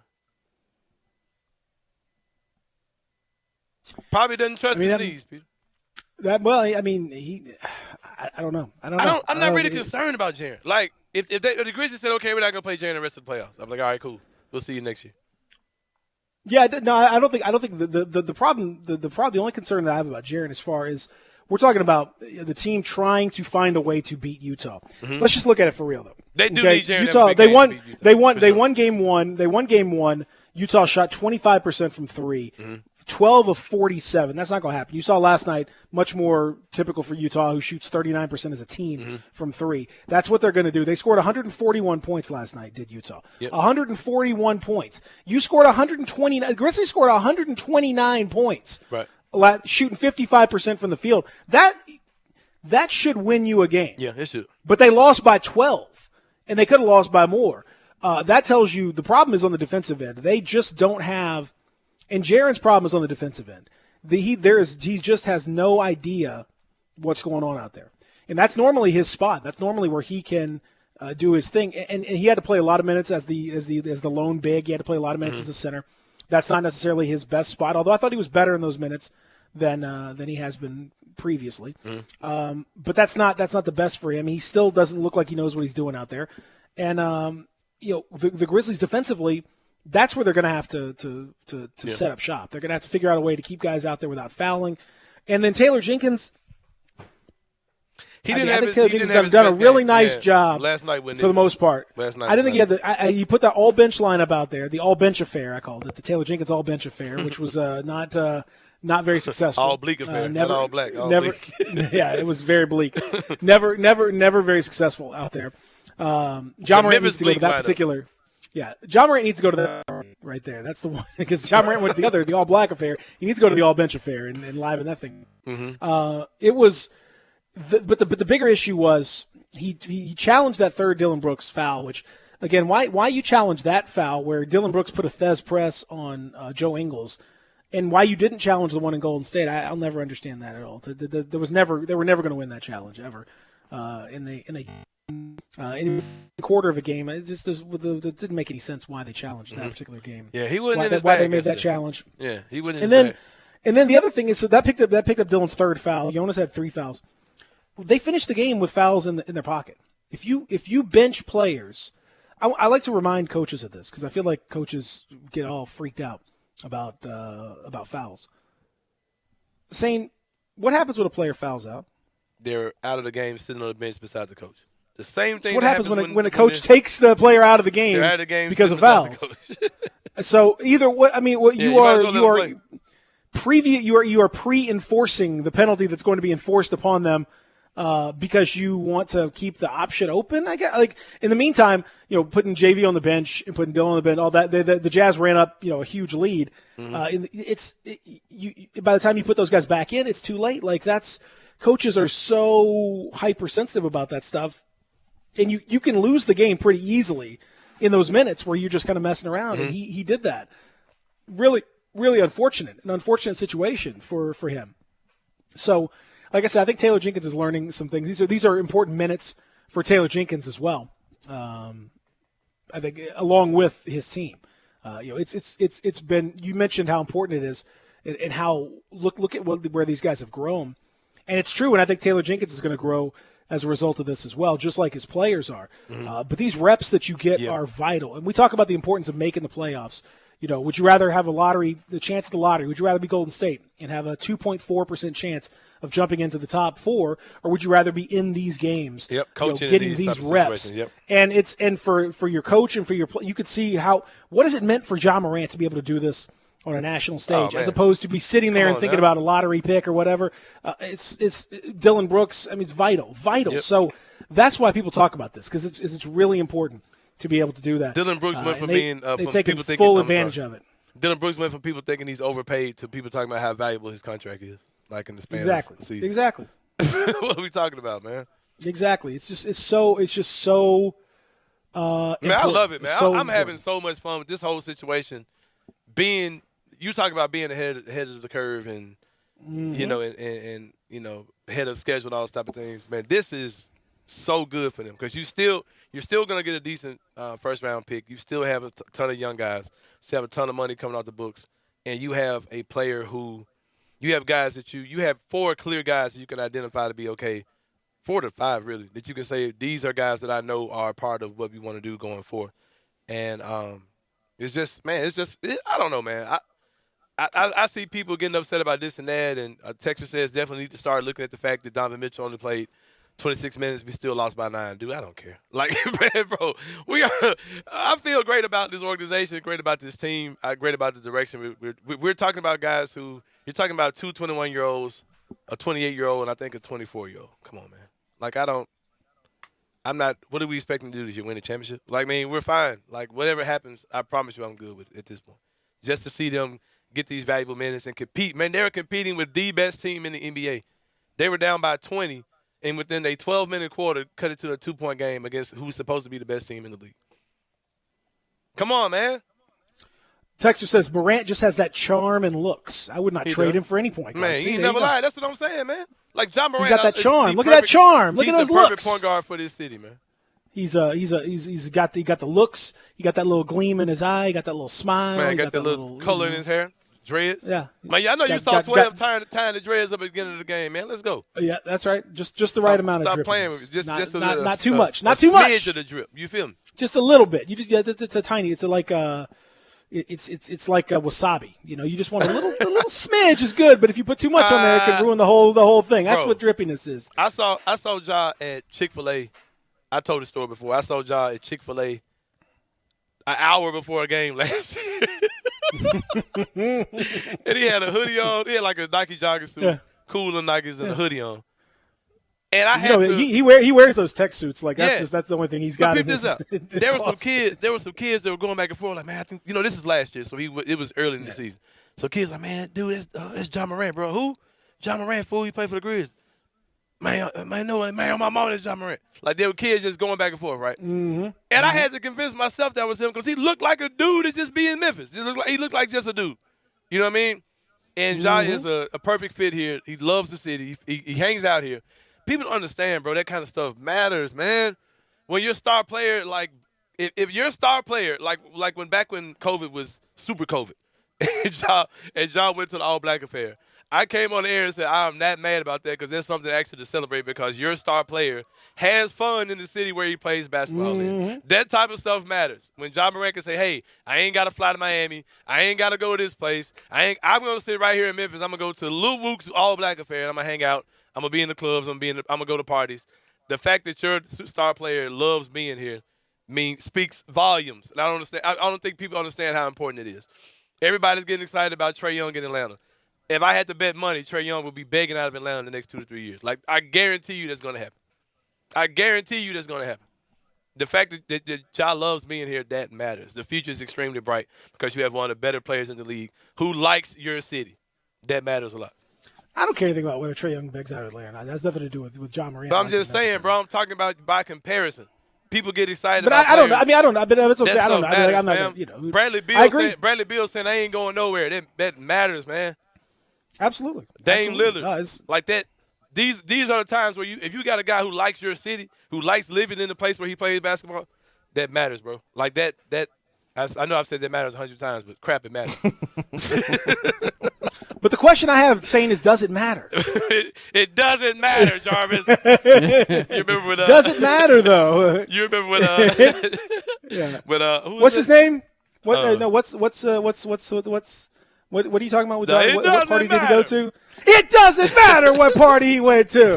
You got to express the star, doesn't matter. The Rock right there. That's Man, exactly right. I haven't felt this good after a loss, and as a Grizzlies fan in a long time, bro. Like our future is so stinking bright, bro. Oh, Dylan Brooks, like people talking about, like, man, Dylan Brooks just great two-way player, one of the top. Man, what are we talking about? They legit said that Dylan Brooks is that third star. If What are he we takes that talking next step. about? Like, there are people who are going to be mad if Dylan Brooks don't make one of the all-defensive teams. There are national guys that are going to be mad if Dylan Brooks don't make one of the all-defensive teams. and then when you have And there were people in this city that were trashing Dylan Brooks like, oh, he's not really playing defense. I said it. I said, oh, Dylan just makes it look like he's playing defense. He ain't really doing nothing. No, bro, Dylan is a freaking lockdown defender. And then when you have Shaq and Charles on after the game, just glowing reviews of this team, even in a loss, that says something. Man, bro, y'all better stop playing. Man, bro, y'all better understand what we got going on here. And I don't really care about anybody talking trash about Jaren, because for some reason Memphis only feels like there's, if you're tall, you have to be this guy. You got to be this big man. Y'all did the same crap with Pau Gasol, who went on to be one of the most skilled big men in the NBA, winning championships. We trashed Pau Gasol. Oh, it's too soft. Ooh, it's just too soft. Shut up. Yeah. Jaren's 21 years old. He'll be fine. He's a skilled big. He's not a. He's a not power Zebo. big. He's not going to be Zebo. Yeah, just let him He's be a what he power is. guard. He's is a what big he ass is. guard. He's a That's all power there it is. guard. Thank you. Just let him be what he is, man. That's Like what we talked about. you Man, can't it's make him ridiculous. into Zebo. That's not who he is. Ridiculous. Come on. Stop all this. When we come back, we're going to talk to Corey Parsons. My guy. Oh, he go. Yeah, who let's is, somebody out of town. Bring it home. Yeah. There you go. Nephew of Iceman King Parsons, if you remember, back in the day. On Wrestling Day, yeah. Wrestling Day. Iceman King Parsons. We gotta I guarantee you don't know who that is. We'll ask No, I know. Of course he doesn't. Like 10 people in our listening audience know who that is, but still, I appreciate. I'm gonna say it anyway. When we come back, we'll talk about it. Real Sports Talk, Sports 56, 98.5, 96.1. We are Sports 56 WHBQ. Listen to us daily on AM 560, 98.5 FM, and 96.1 FM.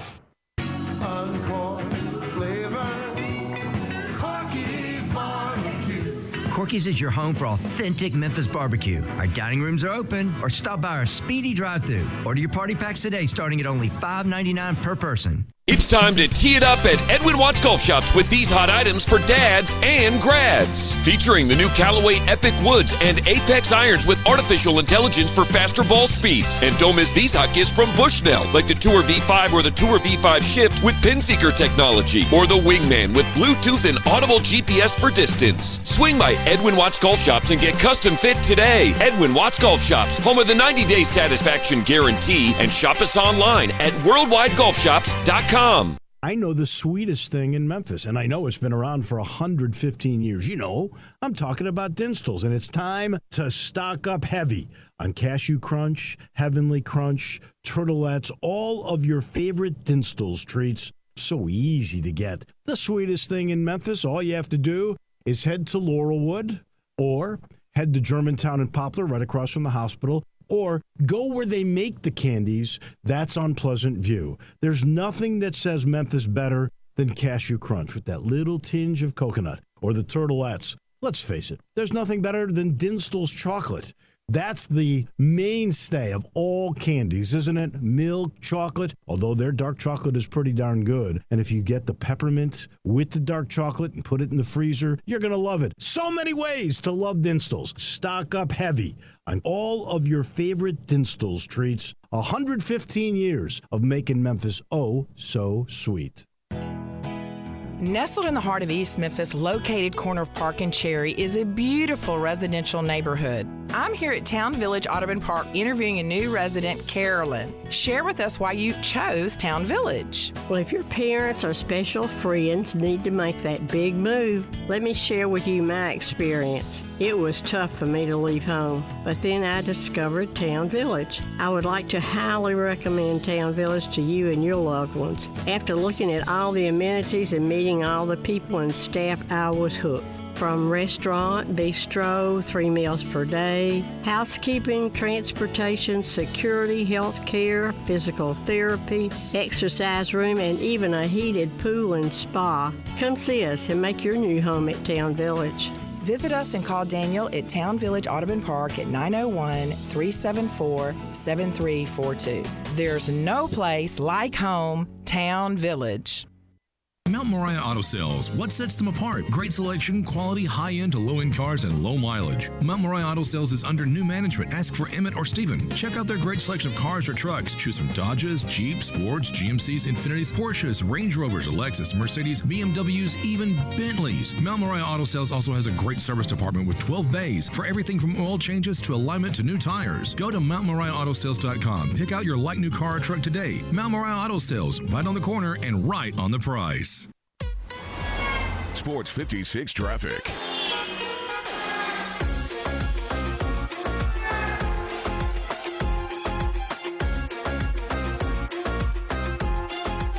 So far, no new accidents on the roadways this morning. Everything is, for right now, everything is clear on a Thursday morning. So let's try to keep it that way. This is your Sports 56 traffic update. Welcome back to Sports 56 Mornings with Peter Edmiston. Yes, I will be good. I promise. Co-hosting Sports 56 Mornings is Anthony Sane. That's great, man. Now, back to Peter and Anthony.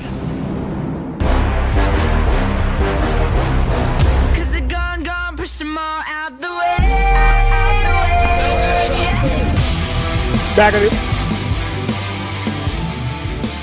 As we always do on Thursday, celebrating wrestling. Pro wrestling, nothing like it. We continue here in the Family Leisure Broadcast Studios. My name is Peter Edmiston, Anthony Sane, alongside. Sane, all right? He stepped out. All right. Well, we're going to talk to Corey Parsons here momentarily from NBC Sports Edge. We'll talk about the game last night. We'll also talk about what happened in Madison Square Garden, where the Knicks even up the series with the Hawks. Looked like Trae Young might have gotten spit on by a fan last night. Russell Westbrook got popcorn dumped on him. All of that still to come here on the program. A reminder, of course, we've all had that dream. Tie game, bottom of the ninth, bases loaded. Well, on FanDuel Sportsbook, you get more than one shot to swing for the fences because FanDuel is letting you place your first bet risk-free. That's right. New users get up to $1,000 back in site credit if your first bet doesn't win. There is a reason, of course, that FanDuel Sportsbook is America's #1 sportsbook. The app, it's so easy to use. You can use it on Android, iOS, no problem. I've got it on both.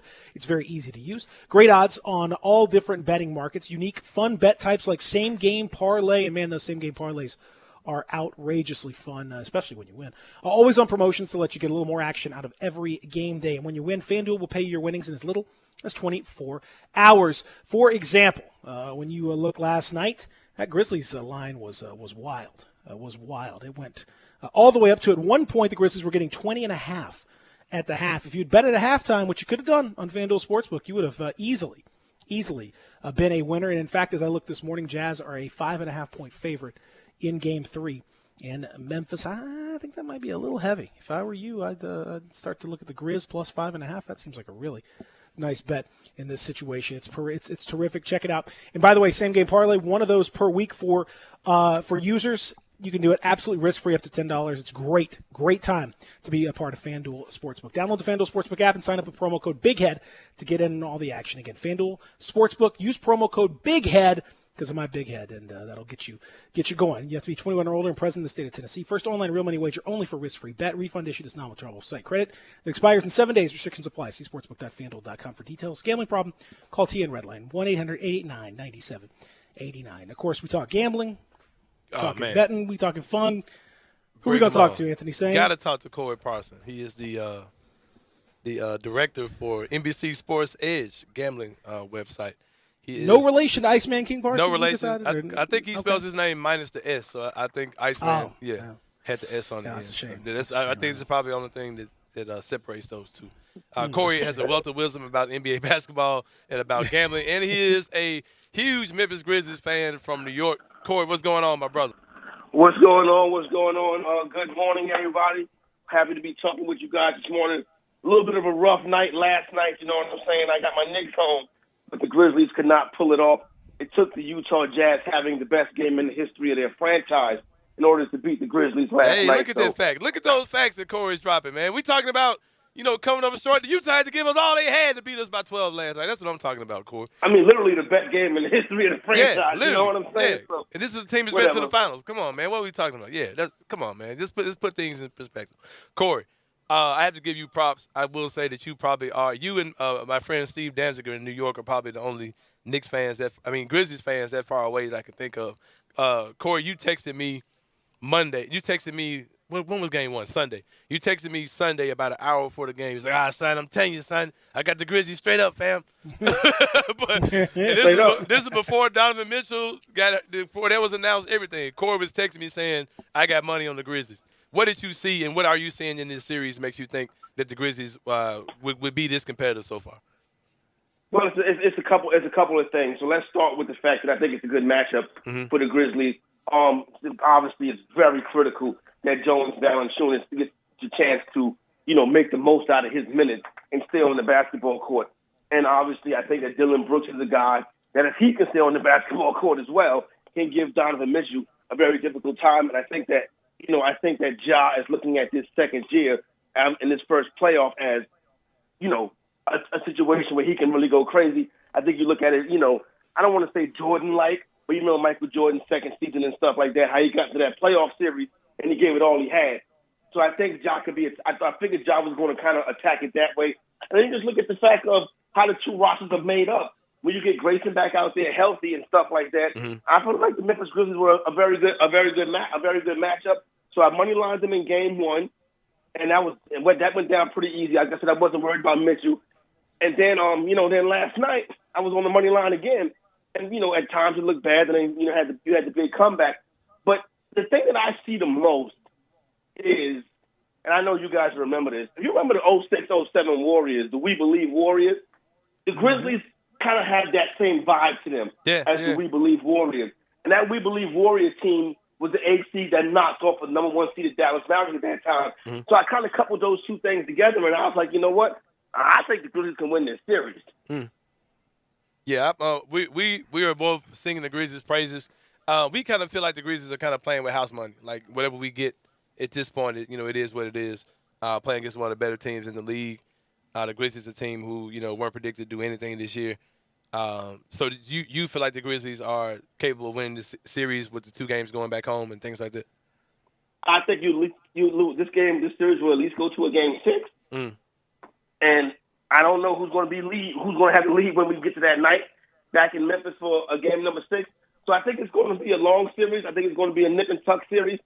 The refereeing in Utah last night, listen, every time you talk to any city or any fan base after an NBA playoff game, they're going to blame the referees. But the officiating last night did seem to be a little bit one-sided. But listen, you know what, you take and you roll with it this time of year in the NBA playoffs. But I just think that Memphis has a solid team, a good team. I think they match up well. Now, I remember going back, this is before probably maybe in April sometime. I think they played maybe 2 or 3 games in a row versus the Jazz. And they played 3 out of 4. Yeah. That weekend, I was like, man, the Grizzlies can play with Utah. And when I saw the first round matchup, I was like, wait a minute, this can happen. Cool. It was impressive. The other thing, Corey, last night, just watching, Ja Morant, who's now second in NBA history in points scored in his first 2 playoff games, behind only George Mike, and he scored more than Jordan, more than Kobe, more than LeBron in the first 2 playoff games of their career. First guy under the age of 22 to score 45 or more in a playoff game. Doing some crazy things. Watching him last night, I know you're a fan of his. What did you see? You saw the ultimate confidence. You know what I mean? You saw the ultimate level of confidence, and the whole game was going last night. When he's getting in the lane and that float is dropping, he can put up a lot of points in a hurry. So he didn't really have to rely on the three last night, getting into that lane, getting that floater dropping. He's going to have to do a better job of hitting the free throws. The team in general has to do a better job of hitting free throws. You cannot give away those points against the number one seed in the Western Conference. But when he's getting in the lane, he has that float game going, and then mention the fact of what he can do and how he can rack up those points so quickly. Listen, I'm very, very, very impressed with the way he's been playing to start this series, and he's going to give the Utah Jazz, a fight all the way to the end. Corey, you of course live in New York. What's the vibe like in New York with the energy? Not no more. I don't live in New York no more. That's right, you did move. But yeah. Yes, but I will say this: I can be your New York representative. I know exactly what it's like because these times are few and far between when the Knicks go to the playoffs. When the Knicks are in the playoffs, the city is wild, and in most circumstances, the bars are packed. Everybody's talking about the Knicks because one thing about the Knicks are New York's team. In basketball, in football, there's the Jets and the Giants. In baseball, it's the Mets and the Yankees. In basketball, it's only the New York Knicks. The Brooklyn Nets are not a New York basketball team. That's a farce. So what happens is the Knicks capture the spirit of the city. New York's a basketball town. Madison Square Garden, you see how that joint's jumping and rocking. I remember those nights back in the 90s when, you thought the Garden was going to explode. When the Knicks get rolling, they can really take over the city. So, I can imagine. Now, what's so funny about it, saying, the NBA playoffs are a little bit different. I have an affinity for Trae Young, right? And I know you don't. And I'm sitting there watching the game the other night, and I'm thinking to myself, man, I see my fans don't like Trae Young. You know what I'm saying?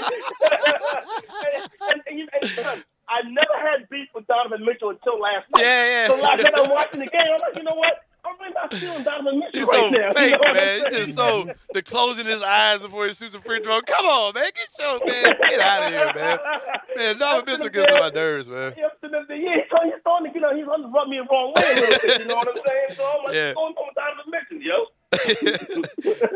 So you said you just now started understanding why I hate Trae Young so much, right? Yeah, it's starting to. He talks a lot of trash. You know what I'm saying? Mhm. And seeing one thing about New York. Listen, 22 years old.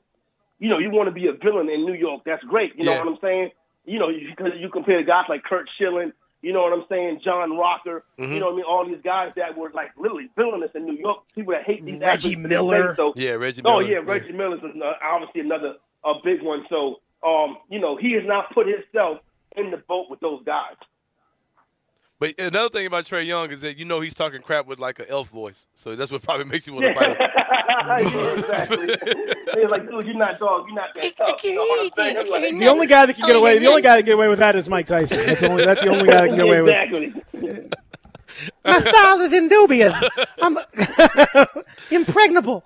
Now the other thing, what do we got to do with these jokers who are dumping popcorn on Russell Westbrook? What do we got to do? I mean, I think ban him from the arena, but I think ban him from popcorn. Forget about that. That man should never be allowed to have popcorn in the rest of his life at any point in time. Yeah. This thing. Listen, you know how it goes down in the city of Philadelphia. Let me not say that. I don't want to paint the whole town that way. You know what I'm saying? I know some very good sports fans in Philadelphia. I've been to a ton of games in Philadelphia and haven't seen anything like that. You know what I mean? What I will say is this: when you have fans to do stuff like that, you got to get them. You got to get on them. You got to get them out there, like you said, give them that lifetime ban. Don't have them come back in there because you can't do that. But by the same token, I have to be honest. Russell Westbrook has to act better too. He has to show more restraint, in my opinion, than what he showed last night. Because what if he does go up into the stands? And what is he going to do? Yeah, that's good. That is a good point. Oh, I think it's going to be Malice in the Palace. Malice in the Palace. It's going to be Malice in the Palace all over again. And do you really want that? No, So I get your point. I get it from both sides. You know what I'm saying? And then the thing last night at Madison Square Garden, I'll have to see more footage of that because I don't see anybody sitting in that section spitting on somebody because, you know what I mean? That's just not – you don't pay $10,000. It ain't cheap to sit in that section at Madison Square Garden. Yeah, exactly. If you're sitting behind 50 cents, you know what I'm saying? Like you know what I'm saying? In John McEnroe, you pay a pretty hefty price. I mean, again, I can imagine probably in the top level of Madison Square Garden was probably $700 a seat last night. So I would have to see more of that. You know what I'm saying? Because there was a real throaty audience, a real hyped up environment last night. I wouldn't think somebody is purposely spitting at Trae Young sitting that close to the floor. Maybe somebody, from the top, maybe somebody in the cheap seats really just hocked one, like a really impressive, great range, a sniper from up there. I mean, really got after somebody with that long range game right there. All right, so Corey, what else? What do you have in terms of folks who want to jump on FanDuel Sportsbook or one of the other outlets? Because we can bet here in Tennessee legally on the app and all that stuff. So. You got any picks before we let you go as far as some of these games coming up tonight and the rest of these series? I'm just looking. I logged on earlier. Didn't really see anything. So here's a couple of things I can tell you right now. Let's start with Bucks and Heat. I'm always going to fade a short road favorite. So anytime a team's on the road and they're favored by 5 points or less, that's an auto fade for me. So I'm definitely going to hop on the Miami Heat. That total at 226. That's a little high, too. I would take the under on that. Nuggets and Trailblazers is going to be a very tough series. That total looks a little high tonight, too. But it all depends on if the Trailblazers start knocking down those shots and Dame goes crazy. I have a pretty significant wager on the Denver Nuggets to win this series, so I'm probably not the best person to ask about it. So I'm going to be going with the Nuggets +4.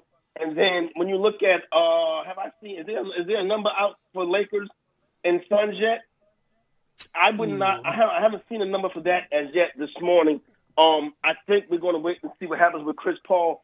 But my thing is, I don't think Chris Paul means that much to the point spread. I think this is just going to be a tough series. Probably going to come down to 7 games. And then you have the elephant in the room is LeBron James. Been eliminated in the first round. I think this Phoenix Suns team is better than the Lakers, to be honest with you. So I think the Suns pull this series out in Game 7. But as far as tonight goes, I haven't seen a number yet. But if that number could be inflated because they think Chris Paul's not going to play or Chris Paul's not fully healthy, I got Lakers -7. That's too high. I would say I would take the Suns, and that number sounds like Chris Paul's not playing, but I don't think Chris Paul means that much to the point spread. All right, Corey, we're going to check in again appreciate you, brother. As the postseason goes on. Thank you so much. Appreciate Corey Parson from the NBC Sports Edge and others, and teaching us. Getting that love from up north for Ja. We appreciate that very much. Corey, thanks, man. No doubt. Good times, everybody. Thanks for having me. All right, brother. Appreciate it. He's our friend Corey Parson joining us when we come back. Again, no relation to Ice. All right, we didn't ask him. We should have. I'll text him. That's my bad. Text him. We'll see if we can figure that out. We'll talk about the Westbrook stuff and the Trae Young situation when we come back as well. We've been talking a lot of playoffs, and we'll continue here. Real Sports Talk, Sports 56, 98.5, 96.1. Broadcasting from the Family Leisure Studio. We are Sports 56, 98.5, and 96.1. Hi, folks. Good news from the Chevy Sheriff for truck buyers. It's Chevy Truck Month at the Sunrise Chevy Ranch. Rebates up to $7,500 and discounts high as $10,000. Bankrupt, bad credit, it's okay. Sunrise specializes in secondary financing. Need a good used truck? Remember, Sunrise Chevy specializes in used cars and trucks under $15,000. Chevy trucks cost less at the Sunrise Chevy Ranch, partner. Find new roads to 385 in Houston Levy and Collierville. Check out the all-new Sunrise Truck Corral. Huge selection of nothing but trucks. All makes, all models, all prices, all trucks, all the time. Next to Sunrise Wolf Chase. At Jason's Deli, when you're dining in or picking up curbside, you can expect wholesome food and no surprises, just delicious sandwiches, crisp salads, and quick quality meals made with the freshest ingredients and no artificial trans fats, MSG, high fructose corn syrup, or artificial colors and dyes. Around here, a lot of thought goes into what we put into our food and what we take out of it, because you're not just taking a bite, you're getting a taste of who we are. New items are constantly being created to expand our menu for all tastes and special diets with vegan and gluten-free options available. Convenience and on-time delivery you can count on. It's just a click away at jasonsdeli.com, so whether you need to feed 5 people or 5,000, the team at Jason's Deli, they have the credentials and the commitment to keep you satisfied. Freshness is nearby at Jason's Deli with locations at Ridgeway in the Park Place Center, Poplar and Highland, Germantown Road in Cordova, and on Goodman Road in Olive Branch. Jason's Deli. It's wholesome food and no surprises. On the battlefield, there's a saying America's military men and women live by. Never leave a fallen warrior behind, ever. Off the battlefield, Wounded Warrior Project operates with the same goal. Wounded Warrior Project was created to help our men and women returning home with the scars of war, whether those scars are physical or mental. Wounded Warrior Project. We never leave a fallen warrior behind, ever. Learn more about what we do at woundedwarriorproject.org. Grind City Brewing Company is taking care of beerness in Memphis. Grind City Brewing is the dream of a father and son duo to create a brand that delivers a high quality, great tasting, and easy drinking craft beer. And they've done it. The brewery sits high above the city elevation in uptown Memphis with 15,000 square feet of beerness, including a 5,000 square foot tap room. Grind City Brewing is committed to all things Memphis, including the Tigers. They have created a malt liquor called Tiger Tail that is the official craft beer of the University of Memphis. Tiger Tail comes in 16-ounce six-packs and is not your typical malt liquor. Tiger Tail is crafted with a bold and smooth flavor, has 7.5% alcohol, and its clean finish makes it incredibly easy drinking. Tiger Tail and Grind City Brewing, taking care of beerness in Memphis. Gossett Kia on Covington Pike is celebrating Memorial Day all month long, and we can put you in a new Kia for less than $5 a day. 2021 Kia Forte $139 a month, 2021 Kia Soul $179 a month, and 2021 Kia K5 built in America $199 a month. All 36-month leases, only $3,049 to its signing. Plus, peace of mind you can trust with Kia's 10-year, 100,000-mile powertrain limited warranty. Forte $139 a month lease, Soul $179 a month lease, K5 $199 a month lease. So hurry to Gossett Kia, 1900 Covington Pike, online, KiaCovingtonPike.com. Ask for Bobby J. He'll put you in a new Kia today. If you want it, we got it at Gossett Motor Cars. Zero security deposit, $650 acquisition fee, 10,000 miles per year, 20 cents excess mileage. Forte ME 358110, MSRP 20,590. Sold M777 6411, MSRP 21960. K5 MG 005197, MSRP 26170. Includes all manufacturer rebates and incentives. PF 695 excludes tax title and license with approved credit. Warranty is a limited powertrain warranty. See dealer for complete details. Offer valid through 5/31/2021. Dealer stock only. Welcome back to Sports 56 Mornings with Peter Edmiston and Anthony Sane. Here once again are Pete and Sane.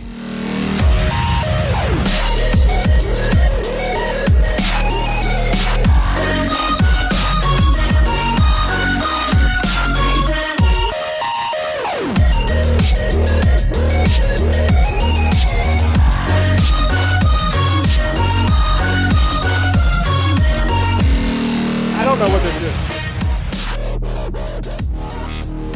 What is? Just to be honest with you, this particular song. Who is this? This is Alexa Bliss and Nikki Cross. Okay. You celebrating the ladies today, huh? Yeah, shouting them out. Good. Okay, fair enough. Appreciate that. All right. Welcome back as we continue here live from the Family Leisure Studios.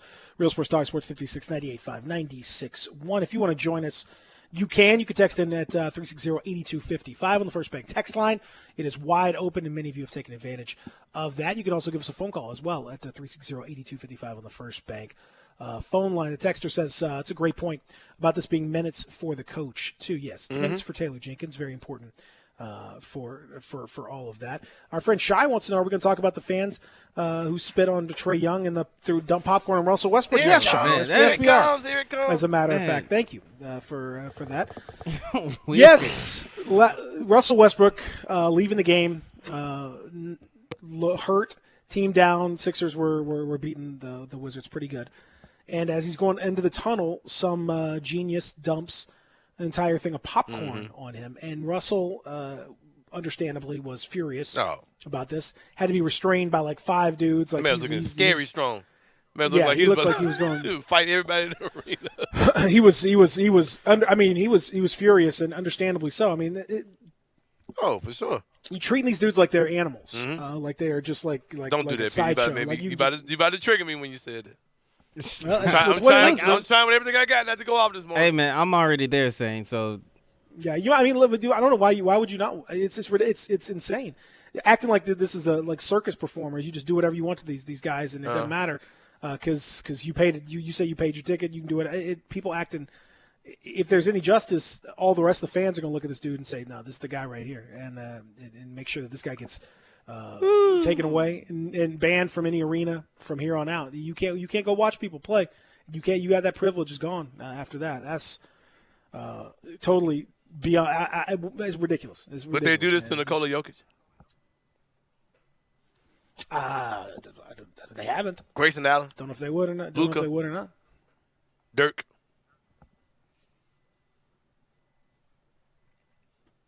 Philly fans probably would do it too. Philly alone. fans booed Santa No, they Claus. I mean, that's what the Philly fans are. A unique breed. So I will say that. Did Larry Bird ever get anything thrown at him? It's ridiculous. Probably. He probably did, actually. A lot of people hate Larry Bird. I see your point, but let me leave this. I'm alone. not. I'll get this into you and Zach. No, man, it's spit, and then as far as Trae Young, I don't know. It was hard for me to tell about the spit situation. I couldn't. I'm quite just tell. now hearing this. I didn't know that happened. You can see the video. It kind of looks like he's It's not. I didn't find it conclusive. I don't know. I couldn't quite tell what was going on out there. Like my only indicator of that video was the lady in front. She kind of like jumped because I guess she saw it, and so I was like, oh, okay, now I see it. Because at first when I was looking at it, I was like, I don't see anything. But then when I saw her kind of flinch and jump, I was like, okay, now I see it. I don't know, like you said, I don't know if that was intentional or not, but it's there. Let me say this too. This is what people really have to understand. Having a conversation with my guy Vincent on Twitter during the breaks, and we're talking about kind of liking and disliking players. Corey came on. He said, I see why Sane doesn't like Trae Young, or I see why Sane doesn't like Donovan Mitchell. Sports are one of those things where, especially NBA, a sport where there's only 10 guys on the court at a time, 5 guys per team. They don't wear helmets. They don't wear a mask. You see their face. You see their emotions. You can hear them at times, especially doing this when no fans were there. It creates an element of good versus evil, or good guys versus bad guys. I think it's a very entertaining way to watch the game. You understand what I mean? Like when it was Court 4 Grizzlies and we had the Grizzlies versus the Clippers, it was good to hate the Clippers because of the personalities that were on their team. I don't know Trae Young. You know what I mean? I don't know Donovan Mitchell, so I don't technically hate these guys. When I say I don't like them, it's because the not like part of them makes the games more fun. To be able to go to There's a difference between sports hate and actual and it's like, bro, it's like, but Trae Young is one of the better players in the NBA. He's a dog. He will kill you. Donovan Mitchell, one of the best players in the game. As a fan, it's fun to say, I can't stand Donovan Mitchell. Oh, he makes me want to punch him in the face. But, bro, there's nothing in me that would make me want to throw popcorn, spit, say anything stupid to him to the face. Any of that, man. Like, what is wrong with people, man? Yo, I don't get it. I don't get it, man. That's what I'm saying. It's crazy. Like, If it's a crazy reaction. If Russell Westbrook had a broke free yesterday, win that crowd and punch one of those dudes in the face, I would have said, Russell Westbrook, you're dead wrong. But I'm not gonna say I don't get it, bro. Like for real. Like if you disrespect that man, if you cross that line where you're no longer being a fan, because when you're sitting in your seat, you're paying also to be secured. You're paying to be safe from those players on the court. But when you cross that line, man, and you say, "Oh, okay, screw this security part," cross this. When you breach that agreement, hey, if you get the hands put on you, man, that's on you. Hey, listen, I would have, I'd have no problem. I don't think. I think it's important for folks to understand the role and the anger and all this stuff. And I've talked about this before, but people got to understand what the difference between sports hate and you don't know these normal hate. And not only that, there's a lot of people who use sports as their therapy. They don't actually they're not like in control of their emotions and stuff. So they go to the game and they're just screaming, freaking out, all that stuff. That's them screaming at their wife, or they're screaming at their boss, or screaming at their kids, or screaming at doing things or that guy that's annoyed them in their life. They're trying to take that out on somebody they don't know. How dare you, man? Or maybe it's their latent racism, or maybe it's whatever it is. There's all these things there's a lot of people who feel like that NBA players are it's like watching, like you said, like animals. Like you're going to a circus or a zoo. Yeah, and you're just watching animals. For your you do whatever you want. I paid my ticket so I can say whatever I want or do whatever I want. I can say this, say that. It doesn't matter. Y'all can't. And like my man ridiculous. said, he said Ja Morant looks like the city. He looks like the city, act like the city is what I say. And with that same token, I hate to go here like as often as people accuse me of going, but Ja Morant, when the basketball player, you be trying to avoid Ja Morant. That's the reality of it, man. The same way that you say Ja looks like the city, he also looks like you probably would try to avoid. And that is inside the bones and heart of a lot of people who are NBA fans. And you see situations where guys are being treated like less than. No question. That's as far as I'll go with it. We can go to break. I mean, but yeah, that's a whole nother conversation. But yeah, y'all get where I'm going with it. But no question. I mean, it's where it is. And it's a different level. It's a different level of hate. It's a different level of anger. There's a different tone to it, and it's not cool. You got to make sure with cameras and everything else that person never sets foot in an NBA arena again. Now, see what's going to start happening. You got to understand, man. These guys, are NBA players, they got money and they got people who will do anything for them. What you're going to start seeing happening is somebody. I'm telling you, man. They keep playing with these players like that. These guys gonna be and got touched one way or another, bro. Because that stuff, people are crossing the line. You're doing physical actions towards these players, and you're crossing the line. It's gonna get unacceptable. Bad. Yeah, it's gonna get bad. Totally unacceptable. When we come back, we're gonna talk to Dustin Starr. Now throwing things to Dustin Starr is not acceptable. No, either. not either. No, don't be doing that. I know. Sometimes he makes you mad with his hair and all that. Look at his hair. Antics, look at this. But don't be. Those skinny look at this jeans. little. Get out of here. Get out of here, muscle man. I'll throw my popcorn at you. No, not cool. Can't be doing that either. We'll come back. We'll talk about it. Real Sports Dog Sports 56, 98.5, 96.1. Welcome to Triumph Auto Sales, where you'll have a great car buying experience. Triumph Auto Sales is your #1 source of quality pre-owned vehicles ranging from lease returns to new car trades, all at huge savings. Plus, Triumph has a full array of financing options to meet your needs. Find your next car online at triumphautosales.com or stop in today at 4875 Elmore Road. Triumph Auto Sales will help you get the vehicle you want at the price you need and the service you deserve. For a great car and a great experience from a local and family-owned business, visit Triumph Auto Sales.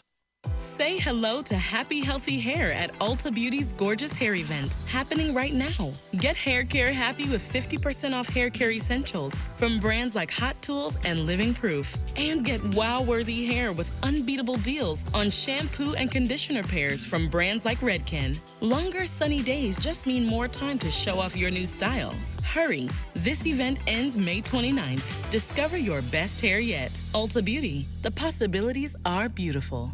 Action247.com is your Tennessee sportsbook for same-day pay. Action247.com. Local, legal. A sportsbook by Tennesseans, for Tennesseans. Win a little or win a lot. Action247 has same-day pay. The other guys make you wait for your winnings. No more waiting with Action247 same-day pay. Visit us online at Action247.com. Local, legal. Action247. You got action. Problem gambling? Call 1-800-889-9789. Start your engines, Mid-South, and get ready to ride in your new Mitsubishi from Gossett Mitsubishi, 1870 Covington Pike. Who doesn't want 41 mpg highway today? We Gossett with 2021 Mitsubishi Mirage G4, $14,647 or $179 a month. And take your pick with dynamic redesign in your 2022 Outlander or 2022 all-new Eclipse Cross, now $309 a month. All powered by a stellar 10-year, 100,000-mile powertrain limited warranty. Plus, test drive today and you'll receive a free gift card on us. So get to Gossett Mitsubishi today, 1870 Covington Pike, or shop online at memphismitsubishi.com. If you want it, we got it at Gossett Motor Cars. All 500 military rebate, G4 stock number MHF 06296, MSRP 17735, Outlander NZ00 8245, MSRP 27260, Cross NZ00 4494, MSRP 27725, includes all rebates and incentives, PF 695, excludes tax not on license with approved credit. See dealer for complete details. Offer valid through 5/31/2021. Dealer stock only. Memphis, it's official. Crab Kings is where it's at. The best seafood with 7 flavors to choose from. Try the shrimp and chicken pasta. Now available is the salmon and fried lobster pasta, snow crabs, king crab, dungeons, and more. Don't forget about the calamari, shrimp, and lobster. The portion, the price, the taste. only at Crab King. Visit us at CrabKingTN.com. Crab King Seafood and Pasta. East Memphis location now open till midnight for carry-out. Memphis favorites. Mount Moriah Auto Sales. What sets them apart? Great selection, quality, high-end to low-end cars, and low mileage. Mount Moriah Auto Sales is under new management. Ask for Emmett or Steven. Check out their great selection of cars or trucks. Choose from Dodges, Jeeps, Fords, GMCs, Infinitis, Porsches, Range Rovers, Lexus, Mercedes, BMWs, even Bentleys. Mount Moriah Auto Sales also has a great service department with 12 bays for everything from oil changes to alignment to new tires. Go to MountMoriahAutoSales.com. Pick out your like new car or truck today. Mount Moriah Auto Sales, right on the corner and right on the price. Do you know one of the best things you can do for your employees or family's health? Provide Arctic Clear bottled water. Arctic Clear bottled water is your locally owned and operated bottled water provider. Arctic Clear is 100% natural spring water with free delivery and setup, dependable service, and no long-term contracts. What an easy choice. Call Jeff Manus today, 901-382-2363, or visit arctic-clear.com. Arctic Clear bottled water. Call now, 382-2363. That's 382-2363. We are Sports 56 WHBQ Memphis, W253DF Memphis, and WIVG Tunica Memphis. Flynn Broadcasting Stations. Sports 56 traffic.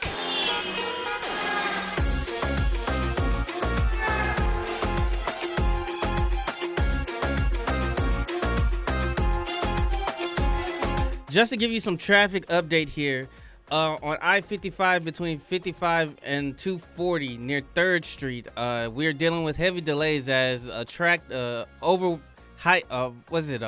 overheight vehicle was being escorted off the interstate there.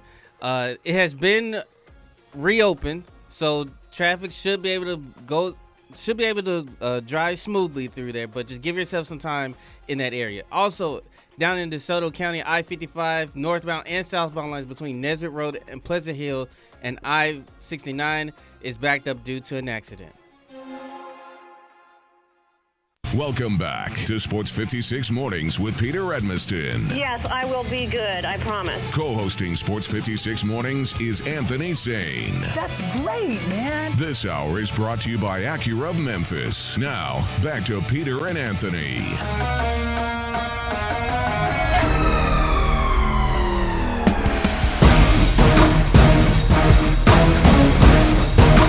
Hour number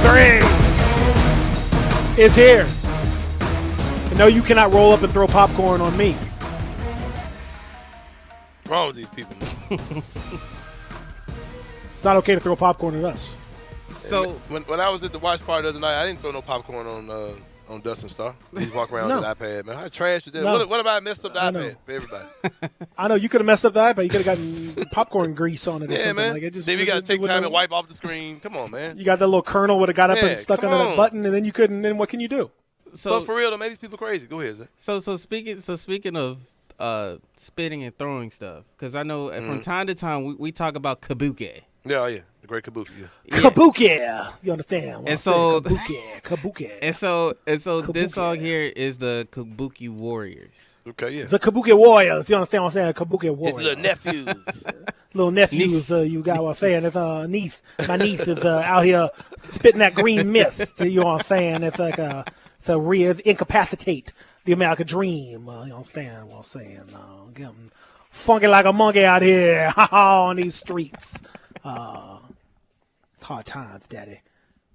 When you got a 7'3" Frenchman who falls down at the slightest little breeze, that's hard times, Daddy.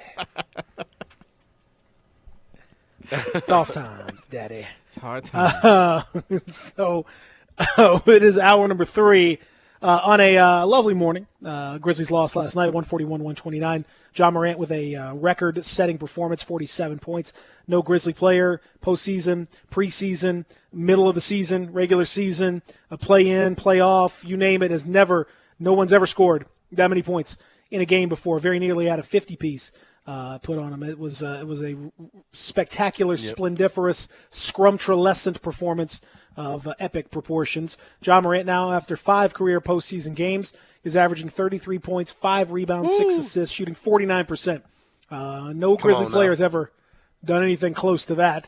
You just got to sit back and relax, and he's coming to your house Saturday night. Oh, yeah. Back home, 55% daddy. of y'all get to see it. Ooh, when we talking about that? Come on, Dustin, let's bring him on.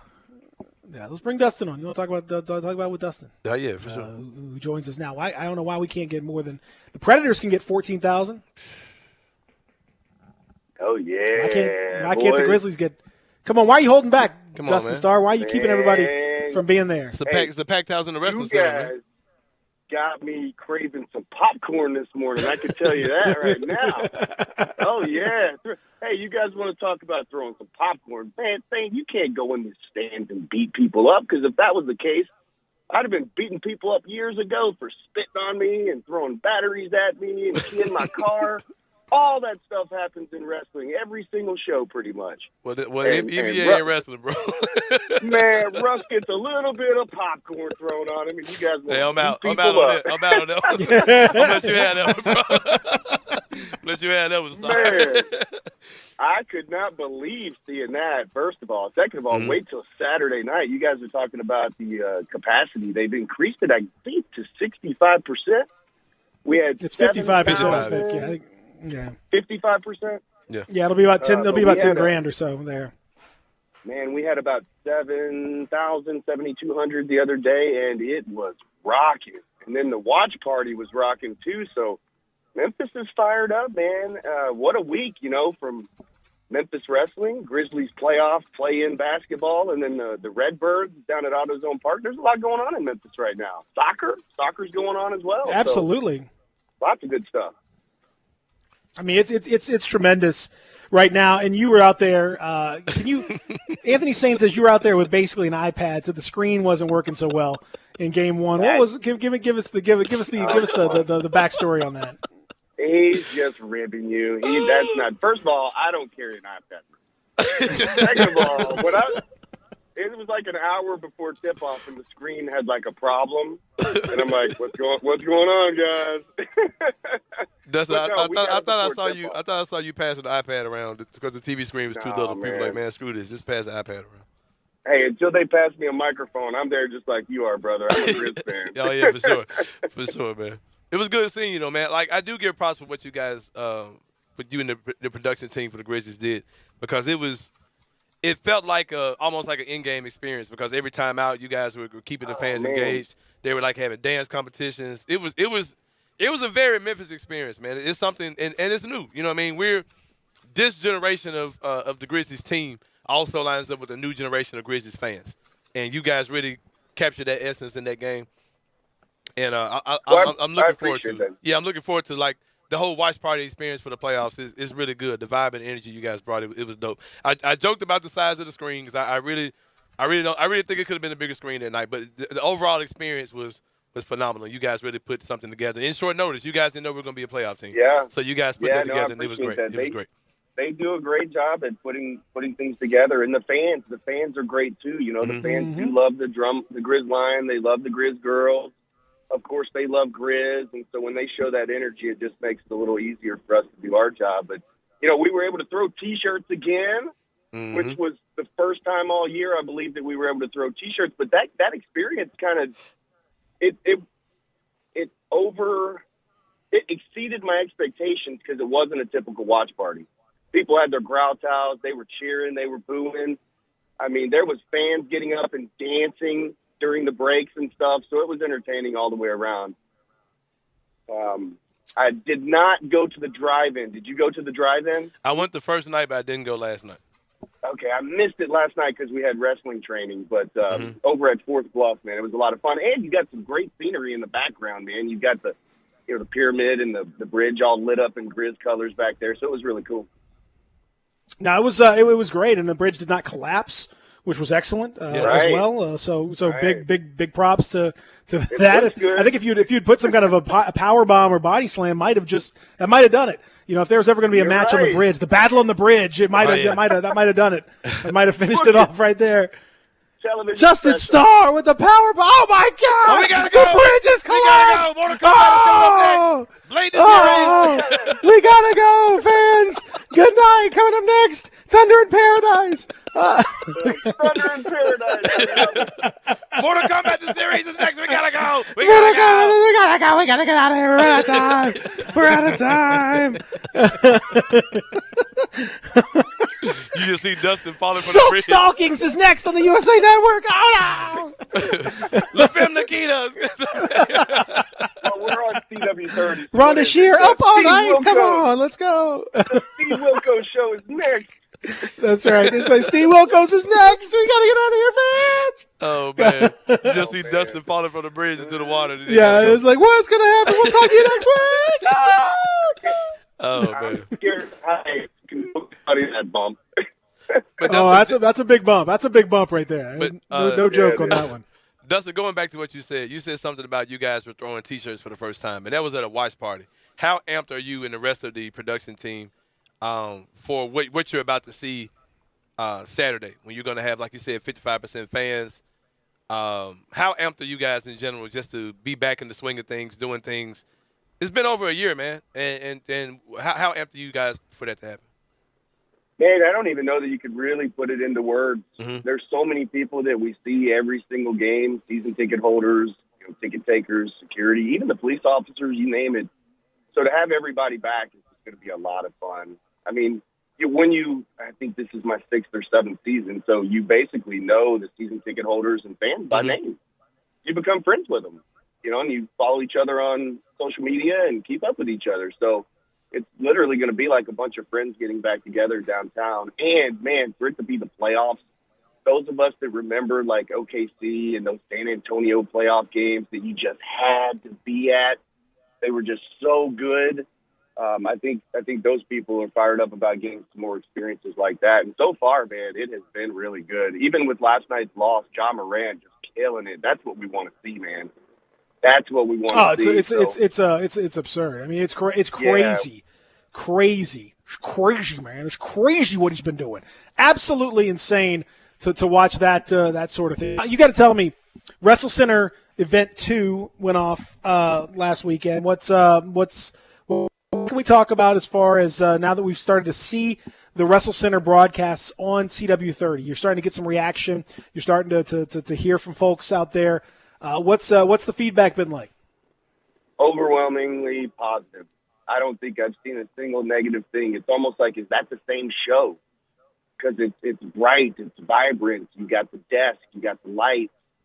We are going to make some more improvements. We've already made more improvements since the last time you stepped foot in the building there, Stain. We've got new lights. We're going to have new canvas, new ropes. And all that stuff we already have is brand new. So we've got some alternatives that we can use from time to time. But really good stuff. And you're going to see a lot of promos at the desk, and you're going to hear and learn who these new characters are. This Saturday, actually, we were talking about it being a big week and a big time in sports, man. Shout out to my buddy Pete Pranica, the voice of the Grizzlies. The Equalizer. Broadcasting 901 FC Soccer. The Petequalizer. The Petequalizer. The Petequalizer. He was doing Petey Pablo. AutoZone Park, doing the playoff games, and then on Saturday he joins us at the broadcast booth to call professional wrestling. So Pete Pranica is on the show this Saturday calling the action with us. And, of course, Dave Brown is coming here in a couple of weeks. Jerry Jarrett was with us last week. If you haven't seen Jerry Jarrett in a while, the dude's rocking a ponytail, man. I was going to say, the hair is something else. The hair is something else. I mean, this is that Jarrett hairline, man. He's got it going on. Living that life. That's right, yeah. Jeff's got the shorter hair than his dad. We got to get Jeff out, too. I've been talking to Jeff quite a bit. He's excited about what we're doing in Memphis as well, but our next TV taping is June 13th, but this Saturday on Ridgeway Road in the parking lot of where the Hero Empowerment Center will be, we're doing a big fundraiser benefit, and it's drive-in wrestling, so you can watch wrestling from the comfort of your own car, one low price. You can literally fill up your truck full of people and bring them out, and it's a 2 p.m. bell time, so it'll be right in the middle of the day. It'll be really nice outside. And when is this again, Dustin? I'm sorry. This is Saturday. This Saturday. We're doing our drive-in wrestling on Saturday, yes, sir, at 2 o'clock. So you can get your tickets at championshipwrestlingmemphis.com. And Alan Steele will be there defending the Memphis Heritage Championship for the first time. Oh, which should be interesting. You can get tickets. Get tickets at the door. Is it an open challenge? Is it an open challenge? Do we know who the opponent is going to be? I mean, do we? I'm pretty sure it's going to be Big Swole Justin Cole. All right. Uh-oh. I think he's going to get his shot. Yeah, you can You can pay when you pull up, but if you get your tickets in advance, you just show them your phone. But yeah, you can pay when you pull up. Okay, cool. Big Swole Can't Justin miss Cole's it. one of my favorites. I like Big Swole. Oh yeah. Oh, me too. He returned. He got some real charisma.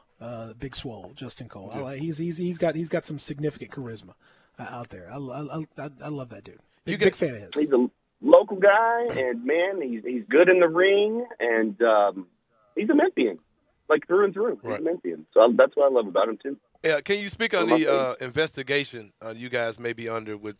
You got 2 wrestlers for sure who are taking substances before they get into the ring. Can you get into? I know, right? Can you speak on that at all? The guys who what might be inside those juice containers for those 2 individuals? Yeah, you know what? Actually, Action Jackson, whatever is in his platypus backpack, is that what it's called? Dude's literally wrestling with a platypus on his back, drinking from out of the thing while he's in the ring. Takes a time out. He could be laying on the floor, like getting his butt kicked, and he takes a swig of his juice. Who knows what's in it? And then all of a sudden, it's like Popeye and his spinach. He's back up. Yeah, I feel like we may have some I don't know, the testing. The testing is not maybe not going so well for you guys. You might want to just double check on that. Performance-enhancing drinks. Yeah, man. We're talking about. Performance-enhancing drinks. That's not something that we hear a lot about, but it seems to be a real issue in championship wrestling from Memphis.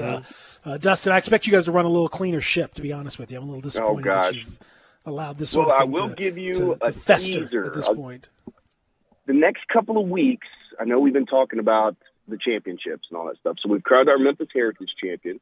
So here in the next couple of weeks, you'll start seeing the story unfold about the Memphis Wrestling Tag Team titles. And so there's a story that'll come up with that. And then right behind that, or at the same time, you'll start hearing rumblings of the Memphis Wrestling Women's Championship, which this will be the first time that Memphis has ever had a legit women's division or a women's division championship. So we're really excited about that. We've got CeCe Chanel and Ruby Reyes, who are just fantastic female wrestlers from the Hollywood area. They're going to be coming out and doing television with us. And we're talking about Hollywood, like Memphis, like Hollywood right there, and like Hollywood Casino, or yeah, Hollywood like Hollywood, like right there, right by the fairgrounds, Hollywood, where they know Hollywood up there. Hollywood, California, Hollywood. Oh, okay, So, all right. You know That's what I thought. Hey, cheap plug here too. At 11 a.m. on YouTube.com/Championship Wrestling, we released the brand new Championship Wrestling from Hollywood program, and that's syndicated on 100 stations across the United States. But we have it exclusively on our YouTube channel. And this week, you'll start seeing some of our Memphis wrestlers that are going to be on the Hollywood show. So that's something else that you can look out for. The Young Goats, myself, and the Gun Show, Brett Michaels, all flew out several weeks back and filmed some television for them. So you're going to see Memphis pretty much invade Hollywood coming up. So it's going to be a lot of fun, too.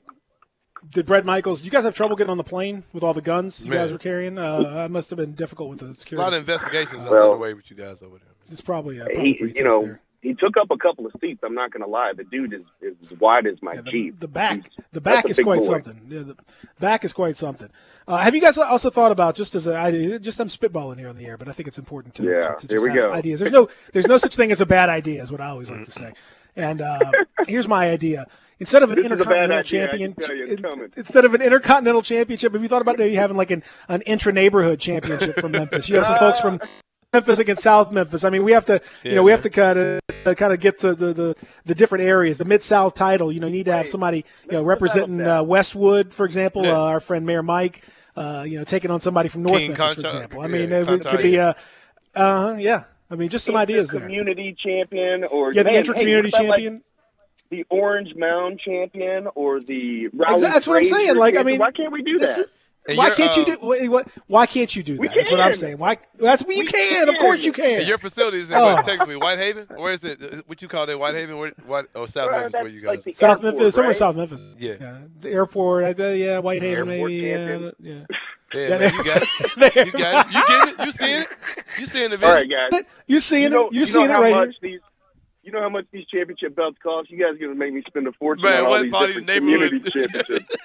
I mean, the community championships could be maybe a little less, maybe a little. Just not even a belt, man. Just like a.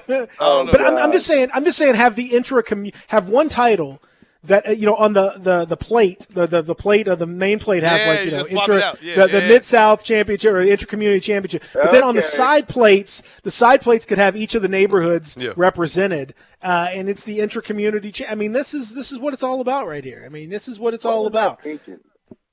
Initially, when I put the Pyramid, the Bridge, and the Mid-South Coliseum on the side plates, I should have put Orange Mound, Fraser, Airways. Well, you still can. You can put it right on the other. You don't have to. You could just make some slight modifications. No problem. I'm sure that's cheap to just go ahead and do a little slick modification. Any of the fans listening, you can tweet me your rendering at Dustin Starr, and we'll there you go. Now we're talking decide what the title looks like. I would love to share those. Oh, it's fantastic. Man. No, I love the fact that it's back to being Memphis. That's what it's all about. It's terrific stuff. And again, I encourage everybody to check it out. If you have not done so already, please check him out because it's pretty awesome for you to enjoy. I think you're going to really enjoy. If you're a fan of the old school. And we were joking about Iceman King Parsons earlier in the show and all that. If you're a fan of the old school, to watch I watched it, man, just to see the desk back involved and to see the layout and the kind of it really was, it harkened back in the best way to wrestling here in Memphis from an earlier time, and not even from Memphis, but from other areas. It felt like territory wrestling. Back in the good old days, you guys are doing a nice job of bringing that vibe back with some of the things that make modern wrestling so awesome as well. So I think you guys have found a nice niche early on. I appreciate that. We're having a lot of fun. I don't know if you could tell or not, but I was having a blast at the desk, all in the chaos and the action. And honestly, you know what? That stuff is not really scripted. There's no lines. There's nothing that I have to remember to put over. It's literally we're out there on the fly and we're ad-libbing and we're doing improv television. And it's just that we all know each other so well. We're such a tight-knit group. Well, actually, we'll be back out there this afternoon building more stuff for inside the building there. And, we're gonna be successful out there at the Wrestle Center recording our television, but then also we want to be successful at helping the community. And so Saturday, that's kind of what that's all about is the Heal the Hood Foundation. They do help with after-school programs and different things. They're trying to build the Hero Empowerment Center for the kids of Hickory Hill. So if you guys can, come on out. That's you can watch Championship Wrestling from Memphis at noon on Saturday and then head out for a 2 p.m. bell time. It's outdoors. You can watch from the comfort of your own car. You can bring your own little lawn chair and sit out near the ring, whatever you want to do. But there will be car clubs, food trucks, superhero characters, and Memphis Wrestling. And so one price. You can get it at championshipwrestlingmemphis.com. Get your entire family and friends in. Anybody you could fit in a car or truck. Big day. Big day Saturday. Yeah, big day Saturday, Absolutely. man, because you got that going on. Then you got the playoff game. And then the playoff game 3. I'm not going to miss that playoff game, boys. I will be at that playoff game. I ain't missing that. Yeah, me and Gabe will be in the place for the drive-through wrestling, too, for sure. Awesome. And there's no telling what Grizz is going to do. We saw him get on a big ladder the other day. That ladder was, 30, 40 feet up there. I don't know how he did it. But anyways, anywhere there's a ladder, sometimes there's tables, ladders, and chairs, oh my. So hopefully we'll see something big from Grizz on the playoff game on Saturday. Should be fun. Dustin, thank you. Continue doing your thing, man. It's awesome. Man, I appreciate the support. Thank you, guys. All right, man. Oh, yeah, We'll see soon. He is our good friend, Dustin Starr. Joining us when we return, we will talk a little bit more about John Morant and his performance last night. Because let's focus on the good. I know the loss, whatever. Let's focus on the legend. Let's focus on the legendary thing. Mm-hmm. It's fantastic as we continue here. Real Sports Talk, Sports 56, 98.5 and 96.1.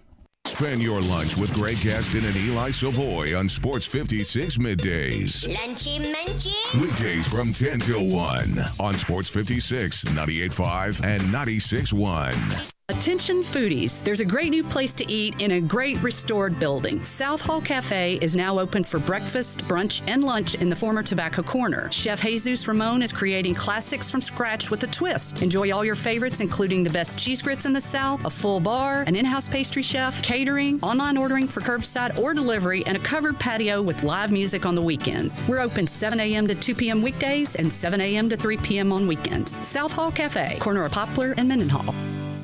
At First Bank Mortgage, their core purpose is to help you get to a better place.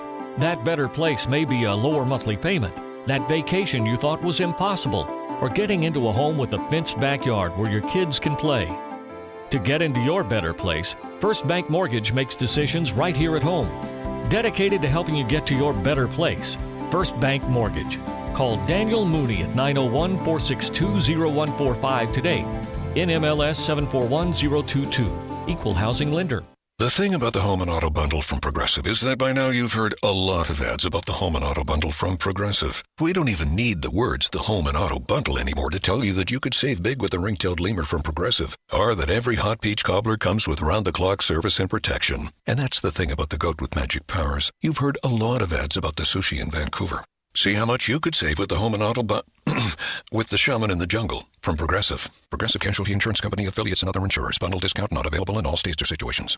I got Jeff Allen, the Kia man that'll make you happy in your new ride from Gossett Kia South Mount Moriah. Jeff, what's the scoop? The scoop is you got to get to Gossett Kia South on Mount Moriah to get a 2021 Kia Forte for just $139 a month. Or how about a 2021 Kia Soul, $179 a month, and a 2021 Kia K5 built in America, $199 per month. All 36-month leases and only $30.49 due at signing. Plus the industry-leading 10-year, 100,000-mile powertrain limited warranty program. So whether you live in Horn Lake, South Haven, Olive Branch, or Memphis, and let's not forget West Memphis, Arkansas, you'll be happy at Gossett Kia on Mount Moriah, 2680 Mount Moriah, or KiaMountMoriah.com. Zero security deposit, $650 acquisition fee, 10,000 miles per year, 20 cents excess mileage, Forte ME 358-110, MSRP 20,590, Soul M777-6411, MSRP 21,960, K5 MG 005197, MSRP 26,170, includes all manufacturer rebates and incentives, PF 695, excludes tax title and license, with approved credit warranty is a limited powertrain warranty. See dealer for complete details. Offer valid through 5/31/21, dealer stock only.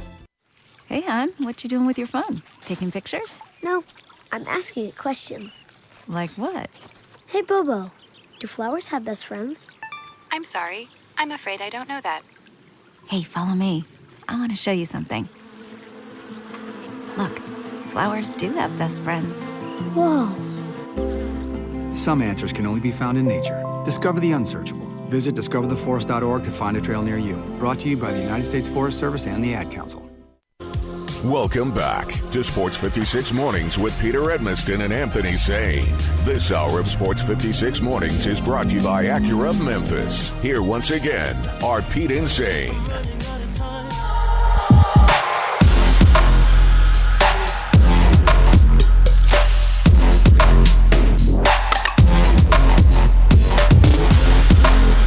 Oh yeah. Oh yeah. Oh, ow, ow. Welcome back. Hour number 3 continues to the Family Leisure Studios, presented by our friends at Acura of Memphis.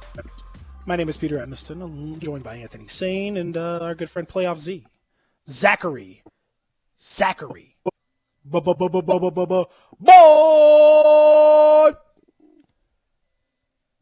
Zach. Thank you very much. My God. Zach, go ahead. We're going to talk a little bit. We're going to talk a little bit about the game yesterday. Grizzlies lose. It happens. When they're not favored in this series. 141-129 was the final score. The Jazz scoring 141 points. That's a lot of points. Outscoring the Grizzlies by 33 points in the 3-point line, which is really a huge factor in the game. But Ja Morant, 47 points, 4 rebounds, 7 assists, played all 24 minutes of the second half, played 43 minutes overall, 15 of 26 from the field, 15 of 20 from the foul line, the highest scoring game in regular season or postseason history for the Memphis Grizzlies, eclipsing Mike Miller's 45-point record that he previously held. I guess technically that's still the regular season mark since this is the postseason, but considering the stakes, considering what's happening, considering the opposition. Did we lose you, Peter? Yeah, he was struggling for a second on that. But just picking back on what he was saying, Ja Morant, of course, had the huge game. In my opinion, the game yesterday was bigger than what Mike Miller did. Mike Miller did his in a regular season game somewhere in the middle of the schedule. And Ja did it on the biggest stage possible. Coming up big against Utah last night. And like I said, like I've been saying the entire game, this particular game yesterday, this particular series, this season just shows you the potential of this Grizzlies team, Zach.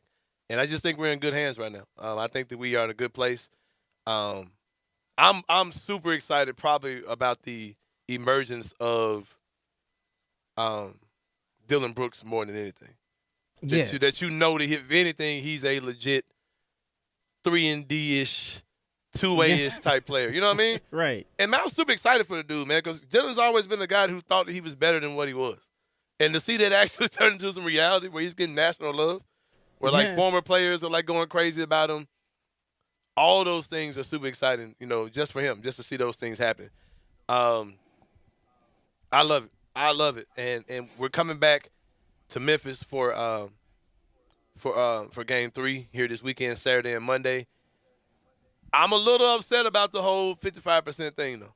Like, I'm glad that they're letting more people in. But when I cut that Knicks game on yesterday, man, I'm not gonna act like I wasn't jealous. There were 50 million people. Yeah, I was like, no, bro, this is more than. It looked like a regular game, just a regular game from back in the old days. Yeah, it was wild, and it felt so good. I know we had the two situations where, you know, you had fans who crossed the line with the Knicks game and also with the Philadelphia game versus Washington. But I'll say this: I'm not making excuses, but it's been a while, man. It's been a while since people have been able to get in the arena. It's been a while. And some couple people, you know, they were a little bit too excited, but wild now. It was crazy. It was crazy seeing fans in the arena. It's too much. Yeah. How big is Madison Square Garden? It's as far as big. like seating wise. In the 20s, huh? 20-some thousand probably. Yeah, it's like 20. I mean, most of them are 20. Most places are 20.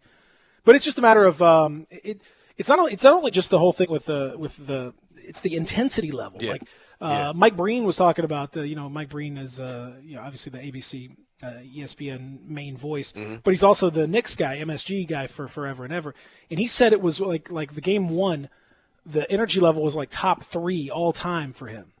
Yeah, because that dude's been in a million games in Madison Square Garden. So like when you get the fans back, and that's what I'm hopeful that we're going to see Game 3 in FedEx Forum. I hope it's going to be like this pent up, just like extreme, like freak out. It's got to be that. I know it's not going to be.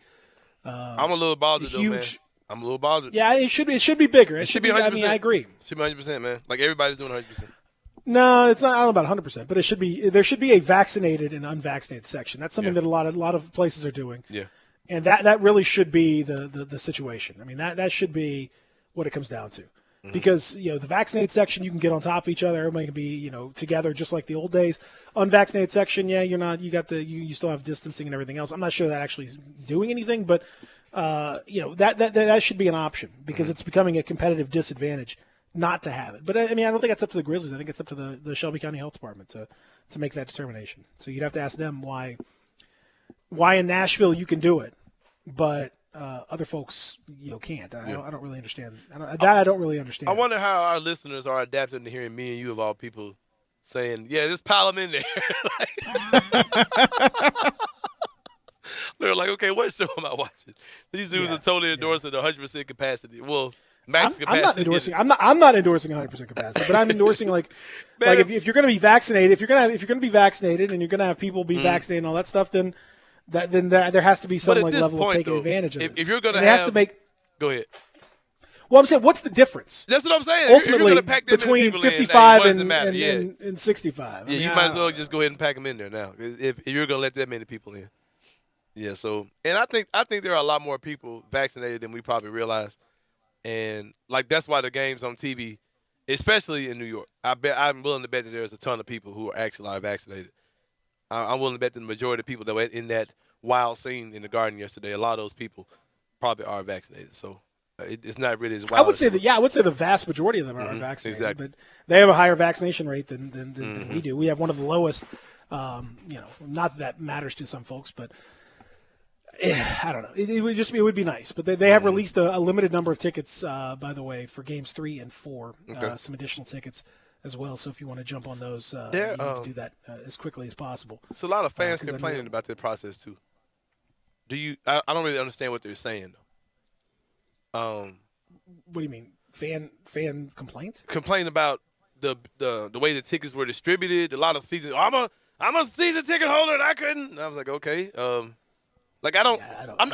hate for this to come off wrong. I can't relate because I've never bought a ticket to a Grizzly game since they've been in the Forum.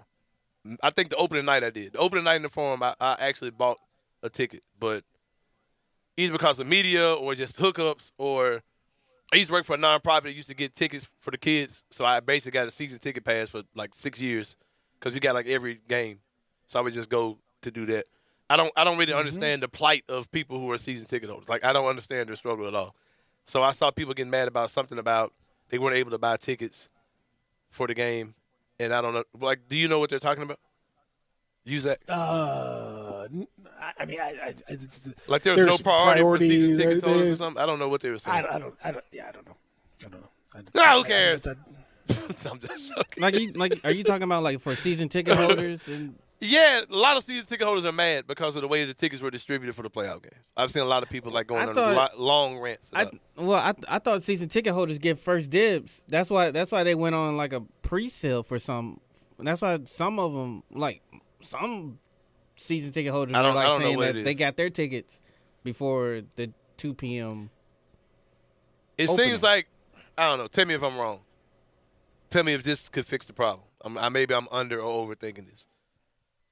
Could they possibly send out a ticket per season ticket customer link saying, hey, you have 24 hours to buy this ticket. You're a season ticket holder. You have 24 hours to buy this. If not, we're going to move on. And it's one. You get that one ticket. Right. Or whatever, however many tickets are in your name. And then you move on. Because I think people were saying, like, people were hoarding up. They were buying a bunch of tickets up and then reselling them. But I'm like, it seems like there's a simple solution to it. Yeah. I don't know the process of like how they're distributing like that email, like the email chain or whatever. Right. But I do think they send out emails to those season ticket holders first, so they get those they get their priority seating first, and then they open up to the masses like they did. So on why Monday. are they saying they weren't able to get tickets then? That I don't know. Because there's a ton of people saying they weren't able to get them. That I don't know. I don't know. Maybe people start texting in or tweeting in. I don't.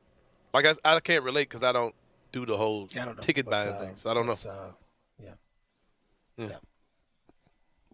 I have nothing to add to that. Literally don't. I've not seen anyone complain about it, nor have I have any. A lot of people I've seen no complaints. I haven't seen any complaints, but and I haven't seen any solutions. So I have nothing. I've seen what I call like high level fans who are like mad, like, oh, if he's not there, man, who's there?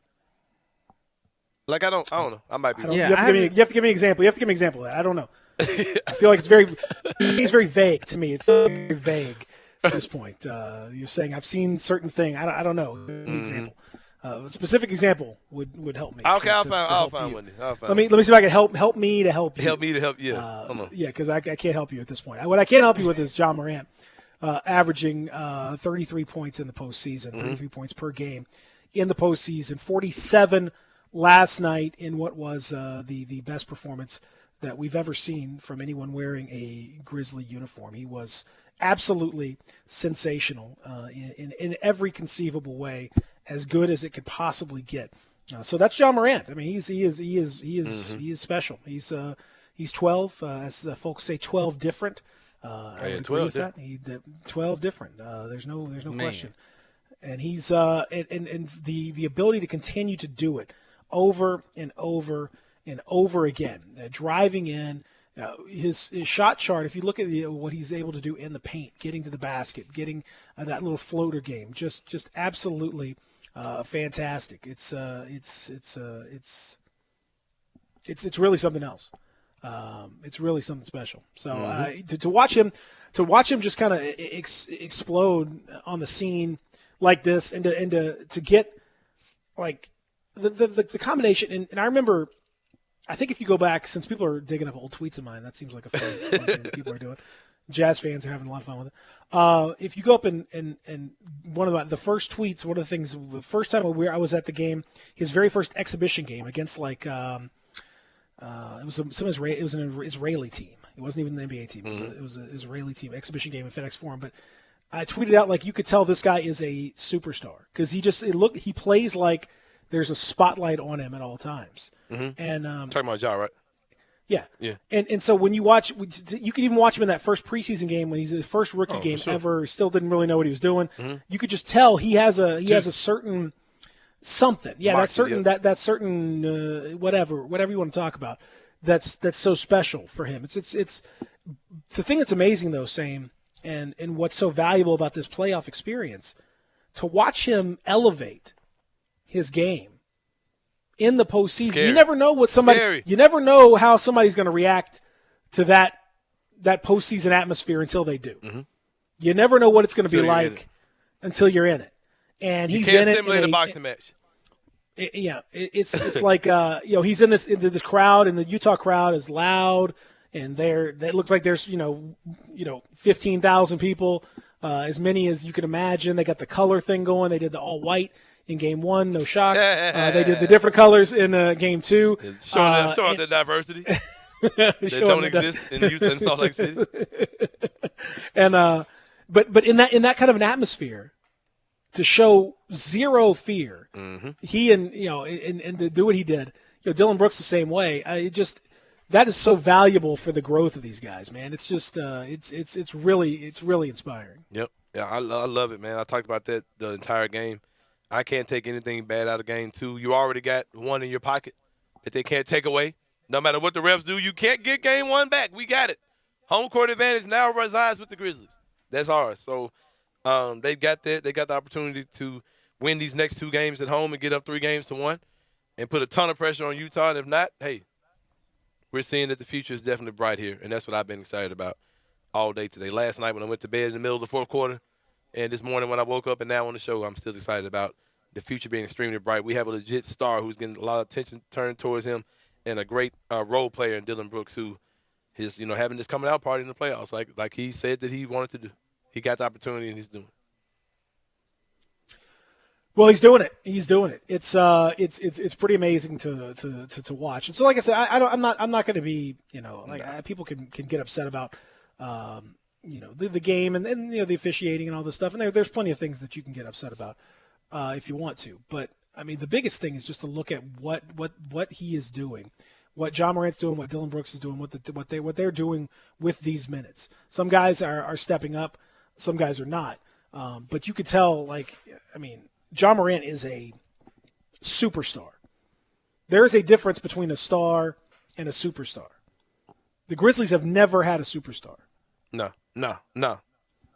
They've had a star.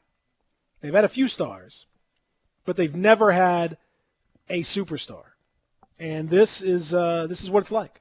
This is what it's like when you have a superstar, somebody that's capable of making the national commentators just kind of go just not even be able to talk because it's incredible to watch. Just killing them. Mark Stein was on a regular basis. Mark Stein said, "Is it too late to vote John Morant for league MVP?" Could you imagine that one year having a guy on our team that's getting MVP talk? Good God, people don't understand, man. We don't understand. We get. I mean, he's gonna be in that mix. We don't understand. If he keeps doing this, he's gonna be in that mix. I'm just gonna tell you. And just imagine if it clicks in Ja, like, man, I'm really this good. Or what if Ja just turns into just a dog like this next season? He just realizes, man, I'm just glad these guys getting a real offseason, man. Just be healthy. Well, that's the thing. The thing is that Ja's shots and Ja's points came so easily. He just gets to that position, and that little push shot, he just elevates so quickly, and it's like nothing. Like he just does it, like no problem. Like I got this, and it looks simple.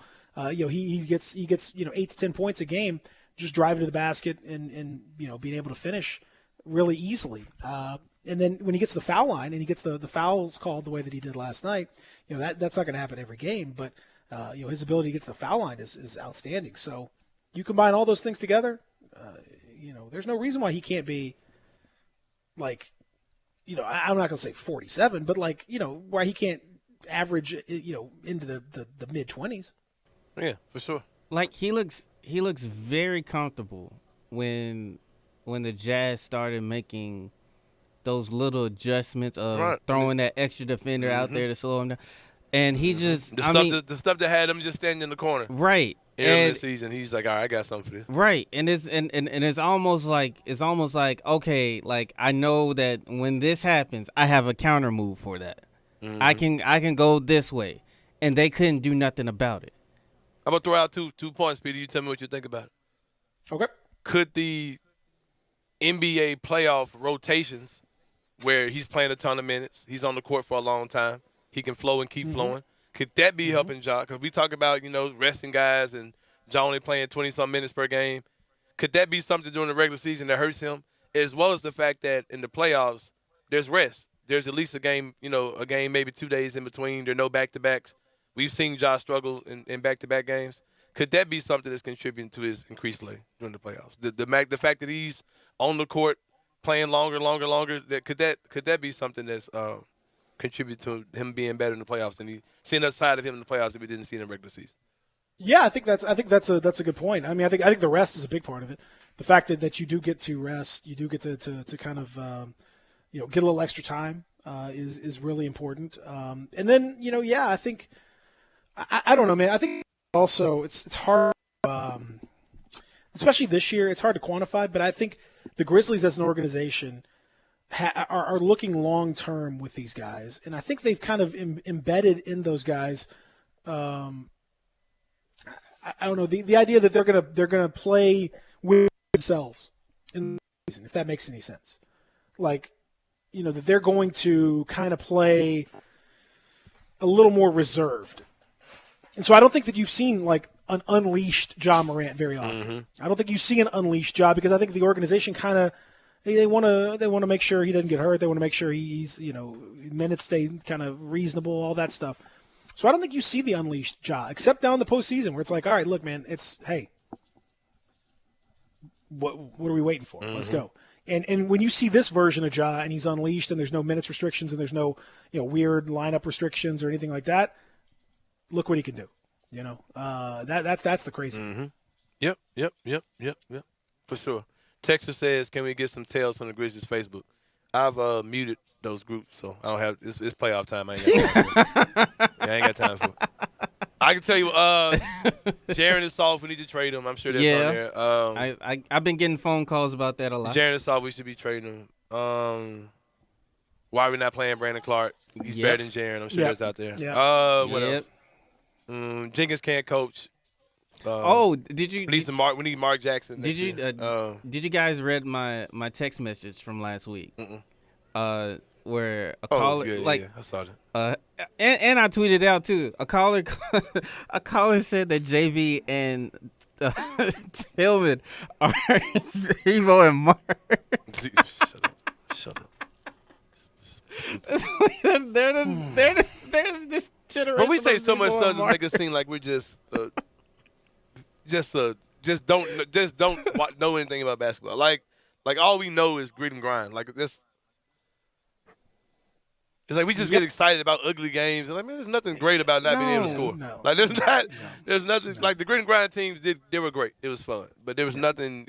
There's nothing great about having a team that struggles to score points. It was a great counter to what to what they were doing. If you talk to one of the things that's funniest thing I had a conversation with Lionel Hollins about I don't know a couple of years ago maybe, and he's talking about he said everyone's like saying like I'm this great defensive coach and all this stuff and that I can't coach offense. He said, why do you think I coached that team the way I did? How are we going to win games? We were going to outscore anybody.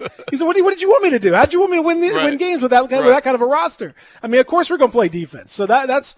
I mean, yeah, the grit and grind was grit and grind because that's who they had. Yeah. They couldn't score. Where were the shooters on that? Like for a decade. Right. Grizzlies had like two dudes that could shoot in 10 years. And so people talk about man, they need guys like this. They need to play like this, bro. You can say what you want. If you took that Grizzlies team in a time warp and dropped them into 2021, they would not be a good team in today's NBA. No, it would be terrible. They'd be horrible. They couldn't guard anybody because that style of defense where you're locking down a man one-on-one, the ball moves around too much. It doesn't work. Yeah. Doesn't work. Tony Allen wouldn't be Tony Allen in 2021. We'll come back and wrap it up here. Real Sports Star, Sports 56, 98.5, 96.1. Listen online anywhere, anytime at sports56whbq.com. Hi, this is John Conway with Conway Services. Do you have to add Freon to your air conditioner every summer?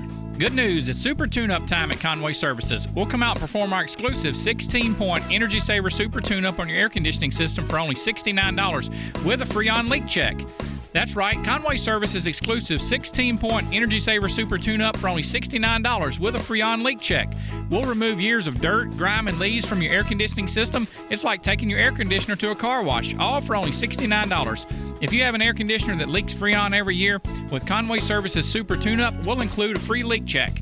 If that's not enough, we'll treat your unit with a special Teflon coating to help protect against the hot Memphis sun. So call Conway Services, the Mid-South's premier heating, cooling, plumbing, and electric service company at 384-3511. And call this week, and we'll perform your Super Tune-Up for only $57. Call 384-3511. Conway Services. Call Conway today. Brian Elder's Roofing Solutions. 2021 is finally here. Might I suggest we start the wonderful new year with a makeover for your beautiful house. I'm Brian Elder. I'm a roofer. I fix roofs. Don't let them tell you that it has to be replaced when all it may need is some love. 867-0303. Let me love on your roof. I've made quite the reputation over the last decade as the guy to call after the insurance company denies the claim. Overturning a claim that has gone bad is an art form where you argue county code, manufacturer specs, and details of your policy that they have to abide by. So let me see it first. If I say it's a claim, it's a claim. 867-0303. Money is free at Brian Elder Roofing with 0% financing for half a decade. I'll measure your roof from outer space and get you a quote right over the phone. 867-0303 or BrianElderRoofing.com. Call 867-0303. Brian Elder's Roofing Solutions. Summer, it's almost here, but Memorial Day savings are already at the Home Depot. In-store, online, store-wide. Like 5 bags of Garden Fresh mulch for just $10. Save on everything from flower beds to a fresh coat of paint. From power tools to ceiling fans. Ready, set, summer. Memorial Day savings, here now, only at the Home Depot. How doers get more done. Limit 75 bags per customer. Color selection varies by store. While supplies last, continental U.S. only. I'm Gary York. I'm the service director at Lexus of Memphis. Our service department wants to be more than just a place where you get your oil changed. We do glass repair, windshield replacement, recalibration of your camera and sonar systems, even wheel repair, tire replacement, all the things you would expect from a luxury automotive dealer. Please check out our website. You can schedule your appointment, check out our specials, hours of operation, or if you'd like to do it in person, please reach out to one of our associates at 901-271-5199. You've heard of James Gaddis Jewelers, but have you heard what they've done lately? Everything. A tremendous selection of diamonds and jewels, gold, silver, and much more. Lots of watches, tons of custom-made jewelry, fine gemstones, bracelets, necklaces, so many choices. Romantics will love the one-of-a-kind estate and vintage jewelry. James Gaddis has experts to help you with wedding and engagement rings, plus 2 repair experts for fine watches and jewelry. Layaway and financing available. James Gaddis Jewelers at 4900 Poplar. Welcome back to Sports 56 Mornings with Peter Edmiston. Yes, I will be good, I promise. Co-hosting Sports 56 Mornings is Anthony Sane. That's great, man. This hour is brought to you by Acura of Memphis. Now, back to Peter and Anthony. Something in your eyes lets me see right through you. There's no mystery. What's on your mind? Something in the way I move must make you crazy. Peter, yeah. If you texted it, a text did ask for views from the Grizzlies Facebook. I do have one if you want to end the show that way. Yes, go ahead. Great show today. Just, finding positives in a terrible Grizz loss last night. But, yeah, I do have a view from the Grizzlies Facebook. This is from Tuesday in Grizz Nation. I don't think this is the big Grizz Nation, but I think this is the other Grizz Nation. But anyway, Jonathan Roberts. I don't protect the innocent. I say names.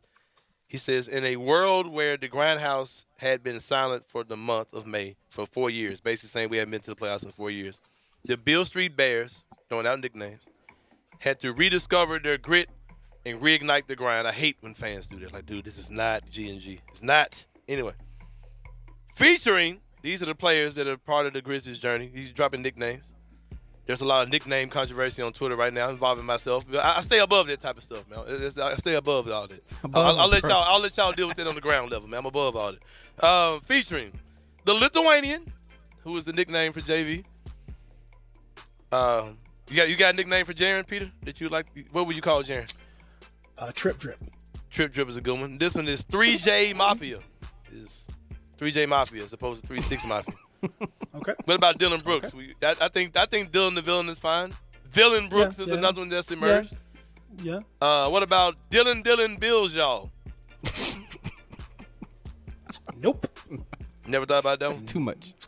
What about John Morant? You got Big 12. I thought about that one. John Morant, you got Big 12. You got Ja, which is a nickname. Yeah. Ja is a nickname for Demetrius is his name. So Ja is fine. What about Ja-tastic Voyage? Yo, that's come on, man. For God's sake, what are we doing? What? What about Ja-tastic Voyage? What about them? What? Yeah, featuring the Lithuanian, 3J Mafia, Dylan Bills, y'all, and Ja-tastic Voyage. If I heard like national commentators saying that about our guys, I would write a letter of complaint to ESPN. I mean, I'm almost as mad about that as I am about Dilly. Don't ever call any of our guys Dylan Bills, y'all. I think I'd rather have Dilly than that. And that's saying something because Dilly's terrible. People are weird. I'm glad People our fans are weird. excited though, man. Exciting times, bro, for real. Yeah, excitement's great. Exciting times are great. That's no excuse for terrible nicknames. No, it's not. Not at all. Come on, guys. We gotta. There's no excuse for that kind of thing, man. Let's just be honest. Ja-tastic Voyage. What? What does that World even mean? It doesn't even make sense. Ja-tastic. Ja-tastic Voyage. And to think that was dope. Like he put What that. about Ja Doggy Dog? Stop. What does that even mean? What are you doing? Let's stop. Everybody, just quit it. Ja Doggy Dog. All right. Coming up next, Middays with Greg Doggy Dog and Eli-tastic Voyage. They got Underlay, Eli. Yeah, Eli. That's actually good. So that's a problem there. Enjoy it. Y'all be good. We'll talk to you in the morning.